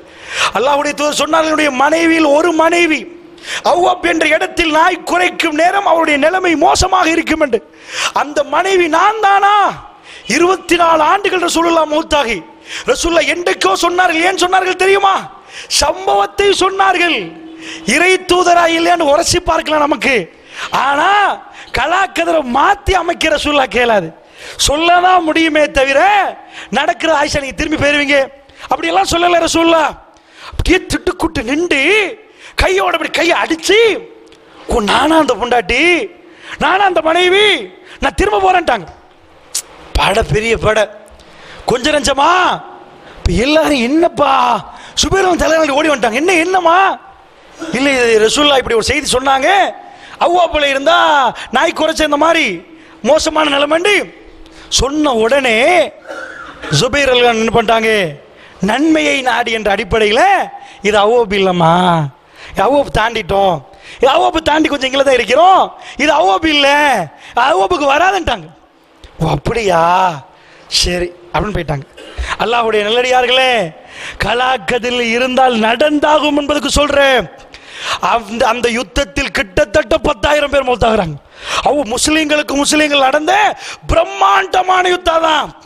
சண்டை பிடிக்கவே இல்லை அவங்க சொல்ல போனால், எல்லாம் முஸ்ரிக் வேலை, முனாஃபிக் வேலை. ஆனா பெருமானருக்கு அல்லாஹ் ஏன் அறிவிச்சு கொடுத்தான் தெரியுமா? ரசூலுல்லாஹி சிலதை காட்டிக்கணும் உங்களுக்கு பிறகு இப்படி நடக்கும்பா சொல்லிரு, கொஞ்சம் அவங்களுக்கு சொல்லு. ஏன்டா நீங்க இறை தூதர் என்பது அவங்க விளங்கணுமா இல்லையா? அப்பப்ப விளங்கணுமா இல்லையா? அவ்வாப்புன்ற ஊர்ல நாய் குறைக்கிறதுக்கு இஸ்லாத்துக்கு என்ன சம்பந்தம் கேட்கிறேன். புத்திரத்துல நாய் குறைக்கிறதுக்கும் இஸ்லாத்துக்கு என்ன சம்பந்தம் கேட்கிறேன். எதுக்கு முடிச்சு போட்டாங்க தெரியுமா? ஒரு அடையாளம், என் மனைவி நிலைமை மோசம்தான், நாளைக்கு 4 பேர் சொல்லக்கூடாது, ரசூலுல்லாஹ் வாயில சொல்ல வச்சுட்டான். அந்த இடத்துல பிள்ளைதான். அதுக்கான அவங்க பாவி இல்லப்பா, என் பொண்டாட்டி பாவி இல்லை. எந்த அளவுக்கு உயர்த்தி பேசினார்கள் தெரியுமா? ஆயிஷா, உன்னுடைய முன் கையின் வெண்மையை சுவர்க்கத்தில் நான் பார்த்தேன். ஆயிஷா, ரசூலுல்லாஹ்வுடைய மனைவி சுவர்க்கத்தில் அவ்வளவு உயர்ந்த ஒரு இடத்துல இருக்கிறார்கள் ஆயிஷா ரலியல்லாஹு அவர்கள். அவ்வளவு உயர்ந்த ஒரு இடம், இந்த உம்மத்தில் அவ்வளவு பணி புரிந்திருந்தார்கள். ஆனால் லையுசீபனா இல்லாமா கதபல்லாஹு லனா, அல்லாஹ் எதை நாடினானோ அது வந்தே சேருமே தவிர யாராலும் தடுக்க இயலாது. ரசூலுல்லாஹ்வுக்கு அது தெரியுது, அவங்களுக்கே தடுக்க இயலாது. விளங்குது அவங்களுக்கு. போயிட்டாங்க, போய் யுத்தம் எல்லாம் முடிஞ்சு அதுக்கு பிறகு வந்து அழுவார்கள். அவருடைய வாழ்நாளில் நிறைய ஆயிஷா நாயகி மற்றவங்க மாதிரி ரொம்ப தர்மம் செய்வார்கள். எதையுமே பக்கத்தில் வைக்க மாட்டாங்க, கொடுத்து கொடுத்து கொடுத்து அப்படியே கொடுத்துருவாங்க. அவங்க மௌத்தாகிற நேரம் கூப்பிட்டு சொல்றாங்க, என்னை ஜன்னத்துல் பக்கையில் கொண்டு போய் போட்டுருங்க, என்னை இங்கே அடக்கம் செய்யாதீங்க, நான் அதுக்கு தகுதி இல்லை, என்னை ஜன்னத்துல் பக்க. சுபஹானல்லாஹ், எவ்வளோ வேதனைப்பட்டிருப்பாங்க, எவ்வளவெல்லாம் இது பண்ணியிருப்பாங்க. அந்த அளவுக்கு ஆயிஷா ரலியல்லாஹு அவர்கள், அது தனி வரலாறு. நான் ஏன் உங்களுக்கு சொல்றேன் தெரியுமா? ரசூலுல்லாஹ்வுடைய மனைவி கொண்டு நடக்க இருந்தாலும் அது அல்லாஹ் எழுதிட்டான யாராலும் மாத்தேறாது. மாத்த ஏலா என்பது ரசூலுல்லாஹ்க்கு தெரிஞ்சு சொல்றாங்க. என் மனைவி நிலைமை மோசம் இல்லப்பா, எனக்கு எல்லாம் சொல்லி தந்துட்டான், நான் சேஞ்ச் பண்ணிடுறேன், இந்த மதீனா கிட்ட போற வரல நீ அந்த பக்கம் திரும்பிடு, போனா அவ்வளவு நாய் குறைக்கும். ஐடியாலாம் கொடுக்கல, நடந்துதான் ஆகும். யுத்தம் வேகமா மூட்டி கட்டுமையா போகுது, கொஞ்சம் நெஞ்சம் இல்லை. அலி ரலியல்லாஹு அன்ஹு யுத்த களத்தில் நடக்கிற சம்பவம் பிதாயா வன் நிஹாயால இமாம் இப்னு கஸீர் ரஹ்மத்துல்லாஹி பதிவு செய்றாங்க. சஹீஹான சனதோட வருகிறது. கோவேரி கழுதையில் ரசூலுல்லாஹ்க்கு ஒரு கழுதை இருந்துச்சு, ரசூலுல்லாஹ் போற கழுதை. அந்த கழுதைக்கு மேல் அலி பின் அபி தாலிப் ஏறிக்கொண்டு யுத்த களத்தில் எங்கப்பா ஜுபைர் கத்திக்கொண்டே வருகிறார். கட்டுமையா யுத்தம் மூண்டுட்டு, ஜமல் யுத்தத்தை பத்தி தனியா படிங்க, உண்மையா படிக்க வேண்டிய நிறைய பாடங்கள் இருக்கிறது. அல்லாஹ்வுடைய நல்லடியார்களே, ஜுபைர் ரலியல்லாஹு அன்ஹு தல்காரர்கள் வர்றாங்க. வந்தா ஹதீஸ்ல வருகிறது, 3 வாகனமும் 3 இதுவும் இருக்குதா, 3 தலையும் ஒன்று கிட்ட நெருங்கிட்டு அவ்வளோ நெருக்கமான பேச்சுவார்த்தை. அவர் கூப்பிட்டு, ஜுபைரை கூப்பிட்டு, அலி பின் அபி தாலிப் யுத்த களத்தில் அல்லாஹ்வுடைய நல்லடியார்களே யோசிச்சு பாருங்க, யுத்த களத்தில் நடக்கிற சொல்றேன், கட்டுமையா போராடி கொண்டிருக்கிறார்கள். கூப்பிட்டு கேட்டார், இந்த அலியை கொல்லுவதற்கு ஏதாவது ஹதீஸ் இருக்குதான்னு கேட்டார். நீங்க அலிக்கு எதிராக தானே வந்திருக்கிறீங்க, யாரு? அடுத்தது சஹாபி, சாதாரண சஹாபியில ஜுபைர் ரலியல்லாஹு அன்ஹு அவர்கள், தல்ஹா உயர்ந்த அந்தஸ்துள்ள சஹாபாக்கள் அவங்க எல்லாம். கேட்கிறார், என்ன கொல்றதுக்கு ஏதாவது ஹதீஸ் இருக்குதாப்பா, என்னை அழிக்கிறதுக்கு ஏதாவது இருக்குதா? ஜுபைர் இங்க வாண்டார். அவங்க என்னண்டாலும் முஸ்லீம்கள் ஒன்று சேர்ந்துருவாங்க, அல்லாஹ்வுடைய வேதத்தை சொன்னா ஒன்றுபடுத்துருவாங்க. அவர் கேட்கிறார், அலி பின் அபி தாலிப், உனக்கு ஞாபகமா நானும் ரசூலுல்லாஹ்வும் நீங்களும் ஒரு நாள் பயணம் போகணும், கதா வக்கதா, இந்த இடம் போன ஞாபகம் இருக்குதா? அவர் தலையாட்டுறார், ஆமா போனோம். நீ அந்த மாதிரி இடம் போனோம், இந்த இடம் போனோம், தலையாட்டுறார். என்ன பண்ணுறாரு? அப்படியா? அப்புறம் கேட்குறாரு, எல்லாம் போயிட்டு ரசூலுல்லாஹ் ஒரு இடத்துல வச்சு, ஜுபைர் உனக்கு என்ன அலியோட கோவம்னு கேட்டாரா? கேட்டாரு. இவன் என்ன கோவம்னு கேட்டாரா? நீ என்ன பண்ண? யார ரசூலுல்லாஹ் நீ என்ன பதில் கொடுத்த? எனக்கு என்ன யார ரசூலுல்லாஹ் கோவம்? என் மாமா மகனோட. யாரு மாமா மகன்? அலி பின் அபி தாலிப் ஒரு மாமா மகன். என் மாமா மகனோட என்ன கோவம் யார ரசூலுல்லாஹ்? எனக்கு என்ன பிரச்சனை? என் மார்க்க தோழர் அலியோட எனக்கு கோவமா? ஜுபைர் நன்றாக யோசிச்சுக்கோ. அந்த நேரத்தில் ரசூல் உனக்கு ஒரு வார்த்தை சொன்னாரா? நீ அநீதி இழைத்த நிலைமையில் அலியோட போராடுவாய். என்ன சொன்னார் தெரியுமா? வல்லாஹி அப்பவே நான் அதை மறந்து விட்டேன், இப்பொழுது எனக்கு ஞாபகம் வருகிறது. போட்டு விட்டு போறார். அவ்வளவு மக்களும் பசராவுல. இது சாதாரண வரலாறு நான் சொல்லல.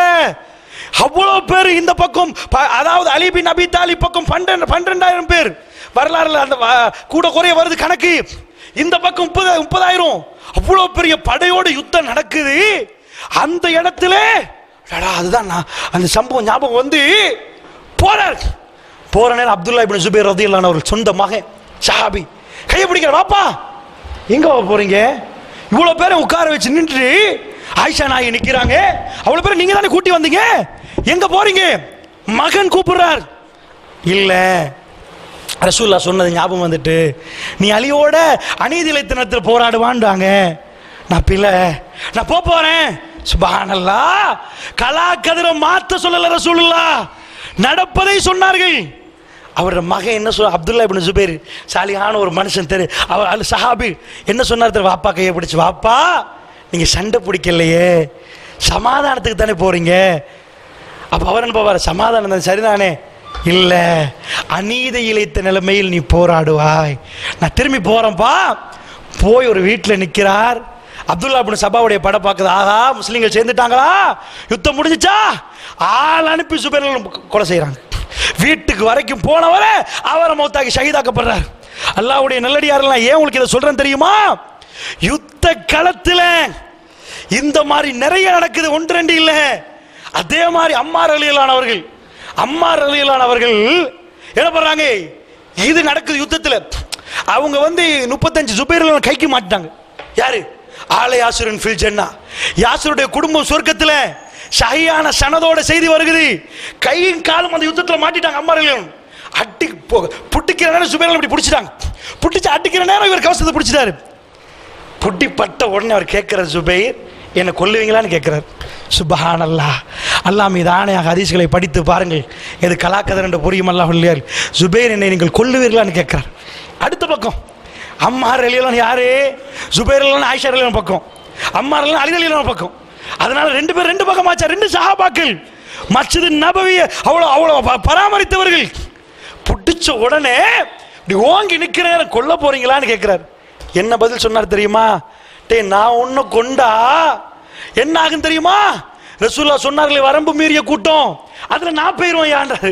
சுப்ஹானல்லாஹ், புகார்ல வர செய்தி, அம்மார்ல மஸ்ஜித் நபவியை கெட்டன 2 கல்ல கொண்டு வராரா? எல்லாரும் ஒவ்வொரு கல்ல தானே, இவர் 2 கல்ல கொண்டு வராரு. தலையில தூசி. ரசூலுல்லாஹ் கிட்ட கூப்பிட்டு தூசை தட்டி, பாவம் அம்மார்ன்றாரு. அவர் திரும்பி, என்ன யார் சொல்ல, என்ன பாவம் பண்றீங்க? அம்மார் உன்னை கொல்லுவாங்க, வரம்பு மீறிய கூட்டம் உன்னை கொல்லும், அது எல்லாருக்கும் தெரியும். மதீனால எல்லாருக்கும் என்ன தெரியும் தெரியுமா? இவரை வரம்பு மீறிய கூட்டம் தான் கொல்லும்னு தெரியும். அவருக்கு சுபைர்லாம் தெரியுது. இவர் கேட்கிற நேரம், நான் உன்னை கொண்ட வரம்பு மீறி போயிருவேனே, நான் உன்னை கொல்ல மாட்டேன்ட்டாரு. சுப்ஹானல்லாஹ், யுத்த களத்தில் ஹதீஸை எப்படி ஞாபகம் வைத்திருக்கிற பாத்தீங்களா? வந்த ஆவேசத்தில் வெட்டல. ஆனால் அதே மாதிரி இன்னும் 2 ஆண்டுகளுக்கு பிறகு ஹிஜ்ரி 37 அம்மார் ரலியல்லாஹு அன்ஹு அவர்கள் வரம்பு மீறிய கூட்டத்தால் கொலை செய்யப்படுறார்கள். நான் என்ன சொல்ல வரேன்டா, பெருமானார் இதெல்லாம் ஏன் சொன்னாங்க? எதுக்கு சொன்னாங்க?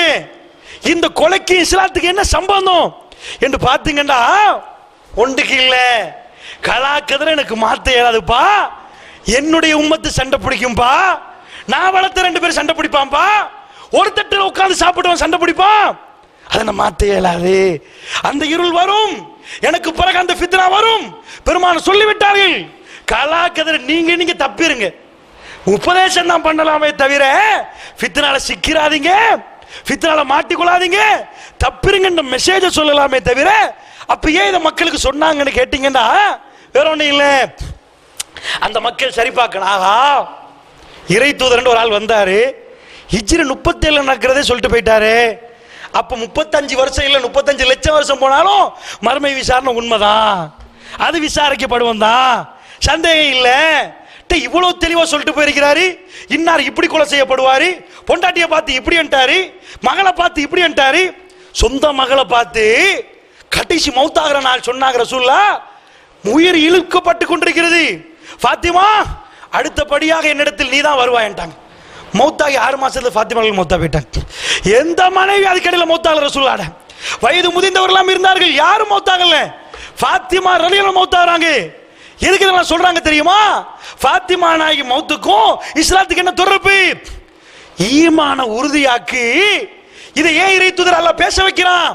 பின்னாடி வர்றவன் இதெல்லாம் செக் பண்ணி பார்ப்பான். ஓஹோ, 35 வருஷத்துக்கு பூர்வம் நடந்துச்சா, 40 வருஷத்துக்கு பூர்வம் நடந்துச்சா, அது என்ன 40 வருஷம் இப்ப நடக்குமே, இப்ப ரசூலுல்லாஹ் சொல்றாங்களே, இப்ப நடக்குது சில விஷயங்கள். அப்ப நடந்து சரி போட்டா மறுமை விசாரணை உண்மை, நேர்மையா நடப்போம், நியாயமா நடப்போம், எல்லாத்தையும் அஞ்சுவோம், அல்லாஹ்க்கு பயப்படுவோம். இந்த நிலைமை வரும். அப்ப என்ன சொத்து போனாலும் இது என்னப்பா உலகம், ஃபபஷிரி சாபிரின், அல்லாஹ் பாஸ் ரிப்போர்ட் கொடுக்கிறான். பொறுத்து கொண்டிருக்கிறவர்களுக்கு நன்மாராயம் சொல்லுங்கள். அல்லாஹ் சும்மா சொல்லல, நீ பொறுக்கிறியா போய் சொல்லு, எல்லாம் பாசன்னு சொல்லு, நன்மாராயம். இந்த நன்மாராயம் சொல்லப்படுற அளவுக்கு இந்த சமூகம் இன்றைக்கு இருக்கிறதா? அதான் கேள்வி. அதை உருவாக்கணும். நாங்கள் எல்லாம் தாய்களாக நின்று இப்ப பொறுங்கப்பா, வேதனை வராம இருக்காது, எனக்கு பேசலாம், உங்களுக்கு கேட்கலாம். பிரச்சனை வருகிற நேரம் தான் நான் யாருன்னு விளங்கும், பிரச்சனை வருகிற நேரம் நீங்க யாருன்னு விளங்கும். அல்லாஹ் என்னை பாதுகாக்கணும், அல்லாஹ் உங்களை பாதுகாக்கணும். எங்க வாழ்க்கை முடியல, யாருக்கும் தைரியமா எதையும் பேச இயலாது. எங்க யாருடைய வாழ்க்கையை முடியவில்லை, அல்லாஹ்வுடைய இல்லையார்களே, என்ன நடக்க போறது யாருக்கும் தெரியாது. அப்படி என்று சொன்னால் என்ன இது அல்லாஹ் எதுக்கு தர்றான் தெரியுமா? எல்லா நேரமும் என்ன பெரிய பெரிய சஹாபாக்களே, அவங்களுக்கு பெரிய பெரிய உத்தம மகான்கள், நாங்கெல்லாம் யாரு ஒண்ணுமே இல்லை, அவர்களுக்கே கலாக்கதிர மாத்த இயலாது, இறை தூதருக்கு சொல்லதான் முடியும், மாத்த இயலாது. அல்லாஹ்வுடைய நல்லடியார்கள் அஹ்ஸாப் களம், அஹ்ஸாப் போர், கட்டுமையான இந்த உம்மத்தில் அதிபயங்கரமான இரவுகள்ல ஒரு இரவு. சஹீஹ் முஸ்லிம்ல எடுத்து பிரட்டி பாருங்க, என் ஞாபகம் சரியண்டா 3668வது ஹதீஸ் சஹீஹ் முஸ்லிம்ல. அதாவது அதிபயங்கரமான இரவுகள், இந்த உம்மத்தில் உள்ள பயங்கரமான இரவுகள் எதுன்னு தேடி பார்த்தீங்கன்னா அது ரொம்ப முக்கியமான இடத்துக்கு வந்துடும். எப்படி பயங்கரம் ஆகுது தெரியுமா? அஹ்ஸாப் களம் அகல் தோண்டப்பட்டிருக்குது மதீனால. இந்த பக்கம் கல்லு மலை, இந்த பக்கம் கல்லு மலை, இந்த பக்கம் வெட்ட வெளி. மதீனாக்கு யாரும் வரலாம். பின்னாடி ஈச்சப்பழம், அடர்த்தியான ஈச்சப்பழ தோட்டம். அங்க இருக்கிறது பனு குறைலாக்கள், யகூதிகள். ரசூல் என்ன பண்ணிட்டாங்க? ரசூல் இப்படி தாடியை பிடிச்சி நிக்கிறாங்க. ஏண்டா பெரிய படை, ஃபைனல் வாரண்ட் வாங்குது. குறைஷிகள் வந்த ஃபைனல், இதோட இஸ்லாத்தை அழிச்சாச்சு. இந்த எல்டிடி சொன்னானே அரசாங்கத்தோட நடக்கிற கடைசி யுத்தம் அழிக்கிறதுக்கு வந்த ஃபைனல் வார். ஃபைனல் வார் எவ்வளவு பேர் வராங்க தெரியுமா? மெசேஜ் கிடைக்குது 10,000 10,000 எல்லாம் கிளம்பிட்டான். இப்ப ரியாத் என்றமே, அப்ப அது காஃபிர் கோட்டை, ரியாதில் இருந்து வர்றான் எல்லாம் முஷ்ரிக்குகள் சேர்ந்து சேர்ந்து சேர்ந்து அம்புட்டு பேரும் வர்ற நேரம் ரசூலுல்லாஹ் வகை எதிர்பார்த்து நிக்கிறாங்க. சல்மானுல் ஃபாரிஸி அவனுக்கு கிட்டத்தில் வந்து, யார் சொல்லலாம், நான் ஒரு ஐடியா தரட்டுமா, ஏன் அவ்வளோ யோசிக்கிறாங்க, என்ன பண்ணலாம், என்ன அல்லாஹ்வுடைய உதவியை எதிர்பார்க்கிறாங்க.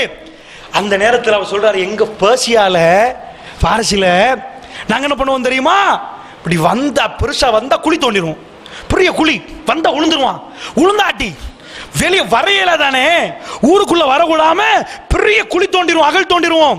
பண்ணிடுவோமா? நல்லதா இருக்கு, நல்ல யோசனை தான், பண்ணிடுவோம். 10 நாள் அம்புட்டையும் விட்டு, சாப்பாடு இல்லாம வியாபாரத்தை விட்டு அவ்வளவு பேர் அகல் தோன்றாங்க. இப்ப மதீனாவுக்கு வர்றதா இருந்தா பனு குறைலாக்கள் பின்னாடி இருக்க யகூதி ஈச்சப்பழ தோட்டம், அந்த தோட்டத்தால வரணும், இல்லைன்னா மலையை ஏறி இங்கால வரணும், இல்ல இந்த மலை ஏறி வரணும். முன்னாடி வரையில அகல் தோண்டியாச்சு, அவ்வளவு பாதுகாப்பு போட்டாச்சு. இப்படி போடுற நேரம் அல்லாஹ் சொல்றா, யுத்தத்தை வந்து அல்லாஹ் நடத்த விடவே இல்லை. அல்லாஹ்வுடைய ஆட்சி, அல்லாஹ் குர்ஆன்ல சூரா அஹ்ஸாப்ன்ற ஒரு அத்தியாயம் இருக்குது. அஹ்ஸாப்ன்ற ஒரு அத்தியாயம், பத்ர் அத்தியாயம் பார்க்க மாட்டீங்க. உஹதுல அதாவது அவ்வளவு முக்கியமான ஒரு போர். போர் நடக்க முன்னாடி நபிகள் நாயகம் ஸல்லல்லாஹு அலைஹி கட்டுமையான போர்வையை போத்தி ரொம்ப கனத்த இதால் அந்த போர்வையை போத்தி எழும்புறாங்க ரசூலுல்லாஹ். மக்கள்லாம் உட்கார்ந்து இருக்கிறாங்க. சாதாரண எனக்கு உங்களுக்கு பேசலாம், ஆனா ஒன்று சொல்றேன் கேளுங்க, மதீனாவுடைய கூதலை பேசுற நாங்களாம் தாங்க மாட்டோம். உண்மையான கூதலை தாங்க மாட்டோம். ஹிஜ்ரத் பண்ணி வந்த உடனே பிலால் ரலியல்லாஹு சோம் இல்லை, அவங்க அபூபக்கர் சோம் இல்லை, மக்கால இருந்து மதீனாக்கு வந்தா தாங்க அவ்வளவு கூதல், கடுமையான நோய். அந்த நோய்க்கு பிறகுதான் அந்த கிளைமேட்டுக்கு அவங்க இதாக அழுகுறாங்க. மக்கா எவ்வளவு நல்லா இருந்துச்சு, மதீனா இப்படி ஆச்சே. ரசூலுல்லாஹ் துஆ கேக்குறாங்க, யா அல்லாஹ் இலகுவாக்கிறியா அல்லாஹ். அவ்வளவு ஆயிஷா நாய்க்கு நோய் வந்ததுலேருந்து நோய், அவ்வளவு கஷ்டம். மதீனா இன்றைக்கு மதீனாக்கு போனாலும் கோதறு வெடிக்குது, 4 நாளைக்கு இருக்க இயலாது, காத்து தாங்க இயலாது. இப்பவே அப்படி என்றா நான் சொல்ற இரவு அல்லாஹ் குர்ஆன்ல பேசுறான், அல்லாஹ் ஒரு பிரத்யேக காத்து அனுப்புறான். இப்ப கூதலை தாங்கவே இயலா. எதுக்கெல்லாம் அனுப்புறான் தெரியுமா? அம்புட்டு காஃபிரை ஓட்டம் எடுக்கிறதுக்கு அனுப்புறான். எல்லாரும் போங்க இங்க இருந்து, சண்டை இல்லாம அனுப்புறதுக்கு தான் இந்த காத்து. அந்த காத்து எல்லாருக்கும் சேர்ந்து தான் வரும், முஸ்லிமுக்கும் வரும், காஃபிருக்கு சேர்ந்து தான் வரும். வந்து அவ்வளவு பேர் நடுங்குறாங்க. வரலாறுல ஆச்சரியமான ஒரு சம்பவம் நடக்குது. என்ன ஆச்சரியம் தெரியுமா? ரசூலுல்லாஹ் அதிகபட்சமான உயர்வான பரிசு அறிவிக்கிறாங்க மக்களுக்கு. சாதாரண பரிசு இல்ல, உயிர் கொடுத்தவர்கள்லாம், உயிர் கொடுக்க ரெடியானலாம் இருக்கிறாங்க. எலும்பி ரசூலுல்லாஹ் சொல்றாங்க, இந்த சபையிலிருந்து, சஹீஹ் முஸ்லிம்ல நீங்க பார்க்கலாம், இந்த சபையிலிருந்து அங்கால உள்ள காஃபிர்ட்ட போய் அவங்க என்ன பேசுறாங்க என்று என்னிடம் அந்த தகவலை கொண்டு வந்து தருபவருக்கு மறுமையில் என்னோடு இருக்கக்கூடிய பாக்கியத்தை அறிவிக்கிறேன். சுபஹானல்லாஹ். சகோதரர்களே, பத்ருடைய களத்தில் சஹாபாக்கள் பேசினார்கள், யா ரசூலல்லாஹ் மலையிலே ஏறி குதிக்க சொன்னாலும் குதிப்பேன் யா ரசூலல்லாஹ், எது சொன்னாலும் செய்வோம் யா ரசூலல்லாஹ். அல்லாஹ் மீது ஆணையாக கடுமையான இருட்டு நிலவுற நேரம், கடுமையான காத்தடிக்கிற நேரம், எழும்பவே முடியாத கூதல், பயங்கரமாக மக்களை அந்த கூதல் ஆழ்த்திருக்குது. எலும்பி நான் போகிறேன் யா ரசூலல்லாஹ்னு சொல்வதற்கு யாருக்கு உடம்பில் எந்த அந்த கூதல் விடுதியில், அப்படிப்பட்ட கூதல், பயங்கரமான ஒரு கூதல், மௌனம். அல்லாஹ்வுடைய தூதர் மறுபடி பேசினார்கள், மக்களே, அடுத்த பக்கத்திலிருந்து யார் தகவலை என்னிடம் கொண்டு வந்து தருகிறார்களோ அவர்களுக்கு சுவர்க்கத்தை ரசூலுல்லாஹ் அறிவிக்கல, உச்சக்கட்ட பரிசு என்னோட சுவர்க்கத்தில் இருக்கலாம். சுபஹானல்லாஹ். சஹாபாக்கள் இதற்காக தேடி தேடி அலைந்தார்கள். அந்த பாக்கியம் சாதாரண பாக்கியமா? சுவர்க்கம் என்பது ஒரு பாக்கியம், அதிலெல்லாம் ரசூலுல்லாஹ்வோடு இருக்கிற பாக்கியம். 2வது தடவை ஹதீஸை மறுபடி பிரட்டி பாருங்கள், யாரும் பேசவில்லை அல்லாஹ்வுடைய நல்லடியார்களே. அப்பொழுது என்றால் நானும் நீங்களும் யார்? அந்த சஹாபாக்கள் எப்படி உசுறு கொடுத்தவர், அவர்களுக்கே பேச முடியாதுன்றா அந்த கூதலை கொஞ்சம் கணக்கு போடுங்க, அந்த நிலைமையை கொஞ்சம் கணக்கு போடுங்க, எடுத்து வைக்க இயலாது. அல்லாஹ்வுடைய அதிபயங்கரமான அந்த காத்து வந்திருக்கிறது அந்த காஃபிர்களை விரட்டுவதற்காக. பெருமானார் 3வதாக பேசினார்கள், நான் அறிவிக்கிறேன் என்றார்கள், என்னோட சுவர்க்கத்தில் உள்ள பாக்கியம் ரசூலுல்லாஹ்வுக்கு தெரியும். ஏன் அதிகபட்சமான ஒன்றை அறிவிச்சார்கள் தெரியுமா? இது அவ்வளவு கஷ்டமான வேலை, சின்ன வேலை இல்லை. சுவர்க்கம் கிடைக்கும் என்று சொல்லல, என்னோடப்பா, என்னோட சுவர்க்கத்தில் இருக்கக்கூடிய பாக்கியம். சுபஹானல்லாஹ். யாரும் பேசவில்லை. இதான் கலாக்கதிர். ரசூலுல்லாஹ் சிரித்தார்கள், கோபப்படல. வாயில் புன்முறுவல். ரசூலுல்லாஹ் சிரித்து விட்டு சொன்னால், கும் யா உதைஃபா, உதைஃபத்துல் யமான், எலும்புங்கள் என்றார்கள். அவர் சொன்னார், வல்லதி நஃப்ஸி பியதிஹி, எவன் கரத்தில் என்னுடைய ஆன்மா இருக்கிறதோ அவன் மீது ஆணையாக ரசூலுல்லாஹ் என்னுடைய பேரை சொல்லில்லா விட்டால் நான் எழும்பவே மாட்டேன் என்றார். ரசூலுல்லாஹ்வுடைய பேரை சொல்லிவிட்டார். அதுக்கு மேல் அத்தான அல்லாஹ் அத்தான ரசூல், அல்லாஹ்வுக்கும் அல்லாஹ்வுடைய தூதருக்கும் கட்டுப்படணும். சமிஅனா வ அத்தானா, செவிமடுத்தோம், கட்டுப்பட்டோம், நான் எழும்பினேன். சுப்ஹானல்லாஹ். ஏன் ரசூலுல்லாஹ் சிரித்தார்கள்? அல்லாஹ் அறிவித்து கொடுத்து விட்டான், நபியே, உன்னோட சொர்க்கத்தில் உள்ள பாக்கியம் ஹுதைஃபத்துல் யமான். அல்லாஹ் அக்பர், அல்லாஹ் அக்பர். ரசூலுல்லாஹ் சிரித்துக் கொண்டு சொன்னார், கும் யா ஹுதைஃபா.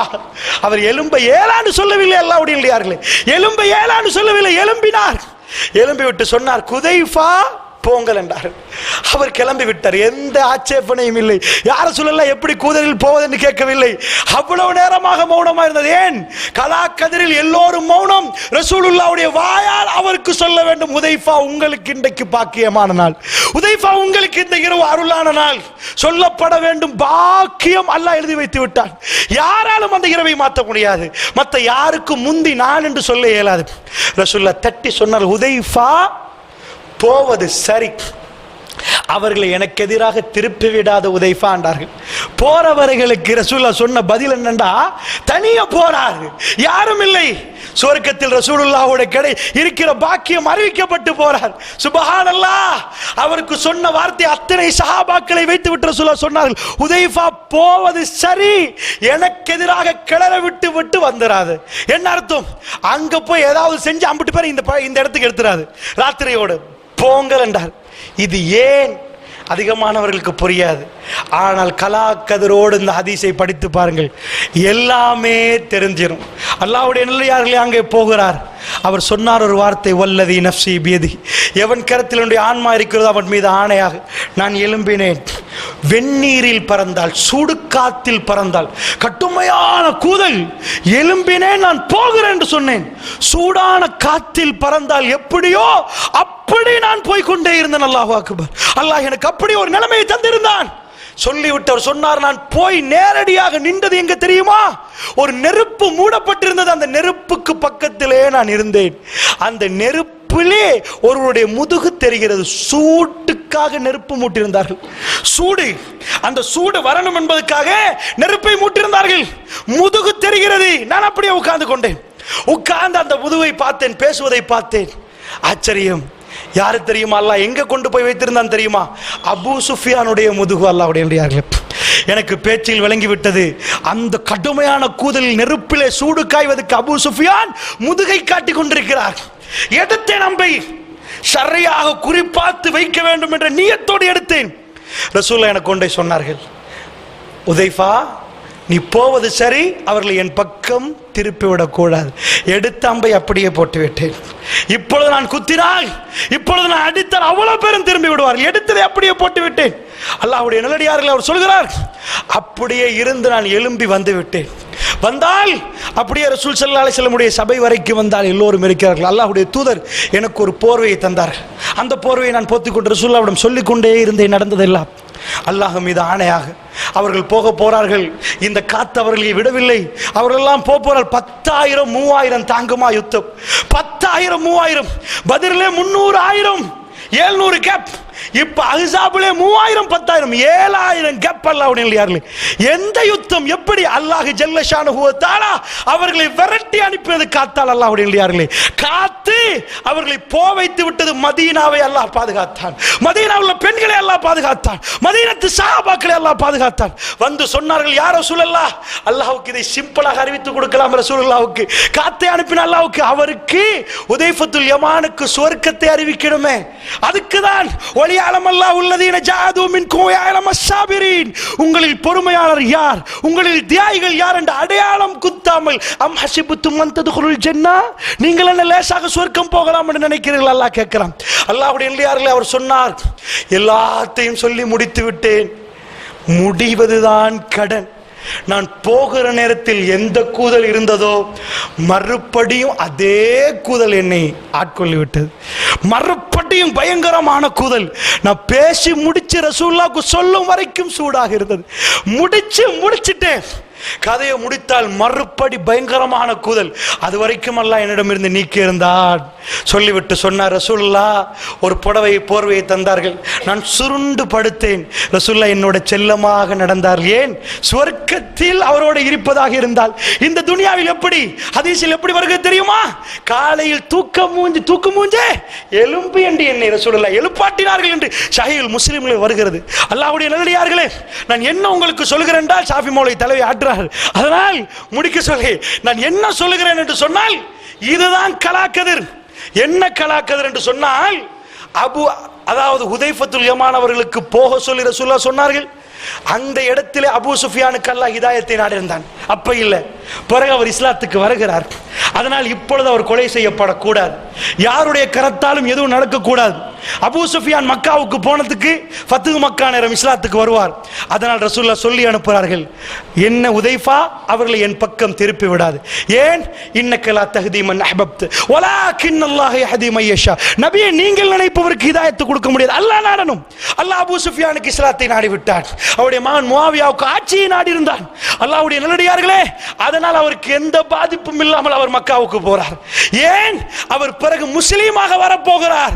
அதனால் ஒன்றுமில்லாமல் இவரை திருப்பி எடுத்து தகவலை மட்டும் முஸ்லிம்களுக்கு அறிவிப்பதற்கு அல்லாஹ் இவரை பயன்படுத்தியிருக்கிறார். அல்லாஹ்வுடைய நல்லடியார்களே, ஏன் நான் இதை சொல்கிறேன் என்றால், இந்த உம்மத்தின் இந்த ஹதீஸ்கள் எல்லாம் படித்து பார்க்கிற நேரம் எப்படி அல்லாஹ் கலா கதிரை செய்திருக்கிறான் என்பதை நீங்கள் புரிந்து கொள்வீர்கள். தக்தீர் அல்லாஹ் எப்படி எழுதி வைத்திருக்கிறான், இதில் அணுவும் எனக்கு மாற்ற இயலாது, அணுவும் உங்களுக்கு மாற்ற இயலாது. அப்படி என்று சொன்னால் அல்லாஹ்வுடைய நல்லடியார்களே, பயங்கரமான சோதனை நேரம் முஸ்லிம்கள் என்ன சொல்ல வேண்டும் தெரியுமா? என்ன நடந்தாலும் அல்லாஹ்வுடைய முன்னேற்பாடு அவன் எழுதி வைத்து விட்டான், இதை மாற்றவே இயலாதப்பா. இன்னா லில்லாஹி வ இன்னா இலைஹி ராஜிஊன் சொல்லணும். இப்பொழுது சொல்லுங்கள் அல்லாஹ்வுடைய நல்லடியார்களே, பாதிக்கப்பட்ட ஊர்களில் முஸ்லிம்கள் இந்த வார்த்தைகளை சொல்லுகிறார்களா? இந்த வார்த்தையை சொல்லுவதற்கு தவ்வா அமைப்புகள் முன்வரணும். அல்லாஹ்வுடைய நல்லடியார்களை வீடுகளை கட்டி கொடுப்பதற்கு மாஷா அல்லாஹ் நிறைய நாடுகளில் இருந்து உதவி வருகிறது. முஸ்லிம் சகோதரர்கள் வெளிநாடுகளில் இருந்து கோல் அடிக்கிறார்கள், என்ன செய்ய வேண்டும் என்று கேட்கிறார்கள். அல்ஹம்துலில்லாஹ், உள்நாட்டில் உள்ள தாயிகள், தவ்வா அமைப்புகள், எங்களுடைய அருமை சகோதரர்களே, இந்த மக்களுக்கு கொடுக்கிற ஆகப்பெரிய மெசேஜ், லை யுஸீபனா இல்லா மா கதபல்லாஹு லனா. அல்லாஹ் நாடியதை தவிர வேற எதுவுமே நடக்காது. அல்லாஹ் நாடியதை யாருக்கும் மாற்ற இயலாது. இந்த தகவல் இன்னா லில்லாஹி வ இன்னா இலைஹி ராஜிஊன். இதைத்தான் இந்த ஊரில் உள்ள ஜமியத்துல் உலமாக்கு நீங்க சொல்லணும். அந்த மக்களுக்கு நீங்க போய் ஜமியத்துல் உலமா ஊடாக, பள்ளிவாசல் ஊடாக, மக்கள் ஊடாக அந்த மக்களுக்கெல்லாம் இந்த புரட்சியை செய்யுங்க. ஊட கட்டி கொடுப்போம், மற்ற விஷயங்களை செய்வோம். இன்னா லில்லாஹ் சொல்றது 10% இல்லை. எங்க முஸ்லிம்களை காப்பாற்றுற பொறுப்பு எங்களுக்கு இருக்கிறது. அவர்களை இன்னா லில்லாஹ் சொல்ல வைக்கணும். இதெல்லாம் அல்லாஹ் தருவான்னு நம்பிக்கை வைக்கணும். இந்த நேரத்தில் கிறிஸ்டியன் வீடு வீடா போய் அவனுக்கு ஏதாவது அவனுடைய ஊர்ல பாதிப்பு நடந்த கவுன்சிலர் 4 ஃபைலோட ஊடா போய் அவன் மார்க்கத்தையும் பிரச்சாரம் பண்ணி அவன் எப்படி கவுன்சிலிங் பண்றானோ, முஸ்லிம் சமூகம் புத்தகத்தில் இருந்து இங்க உள்ள மக்கள் நீங்க பிரஷர் பண்ணணும். அது கொழும்பு ஜமியத்துல் உலமாக்கு தெரியணும். நீங்கள் முடுக்கிவிட பிரச்சாரம் மூலமாக உங்கள் உள்ள தாயிகள் எத்தனை மௌலவி இருக்கிறீங்க, இதெல்லாம் கண்ட்ரோவர்ஷியல் மெட்டீரியல். அந்த மக்களை கொண்டு போய் இன்னா லில்லாஹ் சொல்ல வைங்க. அது எப்படி பழக்கணும், அதை சொல்லிக் கொடுங்க. இந்த புரட்சி இந்த நாட்டுக்கு இப்ப தேவைப்படுகிறது. இந்த அழிவு நேரம் எல்லாரும் அதை செய்யணும். இந்த நேரத்தில் நமக்கு பொருளாதார உதவி மட்டுமில்லை, அந்த மக்களை காப்பாற்றணும். நரகத்தில் கொல்லி கட்டியா போக கூடாதவர்கள், அந்த மக்கள் நரகத்துக்கு போக கூடாது. இது ஒரு சோதனை. இதில் பாஸ் ஆஃப் ஃபெயிலா நல்லா தீர்மானிக்கிறான். அதில் முஸ்லிம்களை நல்ல நிலைமைக்கு கொண்டு வரணும்டா. முஸ்லிம் பாதிக்கப்படாத முஸ்லிம் சகோதரர்களாக நாங்க பொருளாலும் உடலாலும் உறவாலும் அவர்களுக்கு மார்க்கத்தாலும் உதவி செய்ய வேண்டும். அப்படிப்பட்ட நன்மக்களாக அல்லாஹ் எங்களை வைக்கின்றா. இந்த நேரங்கள்லாம் அல்லாஹ் எங்களையும் சோதிக்கிறான். நாங்க வேலை செய்யறோமா, நாங்க ஃபேனை போட்டு தூங்குறோமா, எங்க பங்களிப்பு இல்லையா, நாங்க என்ன மாதிரி முடிவெடுக்கிறோம், அல்லாஹ் எங்களையும் பார்க்கிறான். அல்லாஹ்வுடைய நல்லடியார்களே, அதனால யாரும் கை கழுவ இயலாது. எல்லாரும் சமூகம் என்ற விதத்தில் இந்த இடத்தில் ஒத்துழைப்பு கொடுத்து இந்த மாதிரி அனர்த்தங்கள் வருகிற நேரங்கள் எல்லாம் அந்த இடங்களில் நாம இருக்கணும். இன்னொன்று சொல்றேன், ஒரு வெள்ள அனர்த்தம் வர நேரம் எனக்கு டைம் ஞாபகம் இல்லை. அதாவது கந்தளையில அதாவது தௌஹீத் ஜமாத்துக்கு தந்திருந்தாங்க கந்தளை. அந்த ஜமியத்துல் உலமா பிரிச்சு போட்டிருந்தாங்க. கந்தளை பகுதிகளுக்கு தான் அதிகமாக ஏசிடிஜே மற்ற அமைப்புகள் எல்லாம் கொடுத்துருந்துச்சு. அந்த வெள்ள யுத்தம், அதாவது அந்த வெள்ளம் வர்ற நேரம் நாங்க ஒவ்வொரு பள்ளியா போறோம்.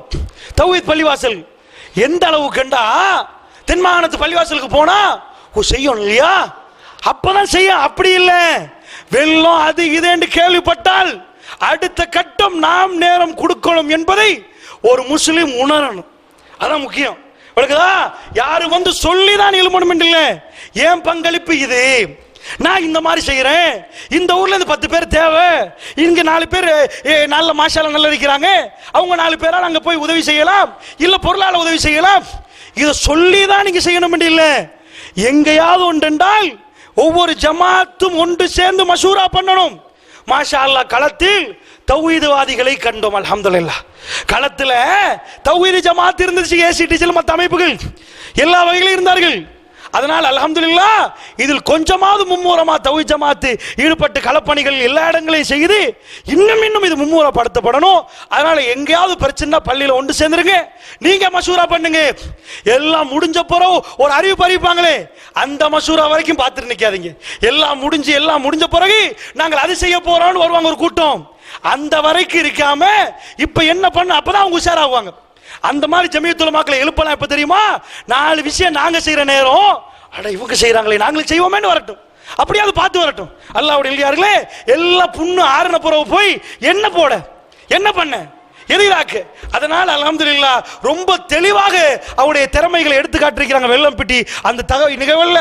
அதனால ஜமியத்துல் உலமாக்கு இந்த மெசேஜ் போன் பண்ணது சொல்றேன். அவங்களை திட்டவில்லை, அவர்கள் அல்லாஹ்விடம் பாவ மன்னிப்பு கேட்டு தலைமையிலிருந்து அவர்கள் என்ன செய்தார்கள், அதுக்கு பிறகாவது என்ன செய்யணும் என்பதை அவர்கள் சிந்தித்ததுக்கு பிறகு செய்யக்கூடியவர்களுக்காவது ஒழுங்கான களத்தை அமைத்து கொடுக்க வேண்டும் என்று அவர்களுக்கு ஒரு தகவலை சொன்னவராக, நாங்களும் இந்த மாதிரி விஷயங்கள் எல்லாம் எங்களை சோதிக்கிறான் என்ற உணர்வோடு இந்த மாதிரியான விடயங்கள் அழிவு நேரம் எல்லாம் நாம் நடந்து கொள்ள வேண்டும் என்ற செய்தியை முன்வைத்து விடைபெறுகிறேன். என்னுடைய பேச்சில் பிழைகள் இருந்த அல்லாஹ் ஜல்லஷானஹு தஆலா என்னை மன்னித்து அருள் புரிவானாக. வ ஆகிரு தவானா அல்ஹம்துலில்லாஹி ரப்பில் ஆலமீன். வஸ்ஸலாமு அலைக்கும் வரஹ்மத்துல்லாஹி வபரகாத்துஹு.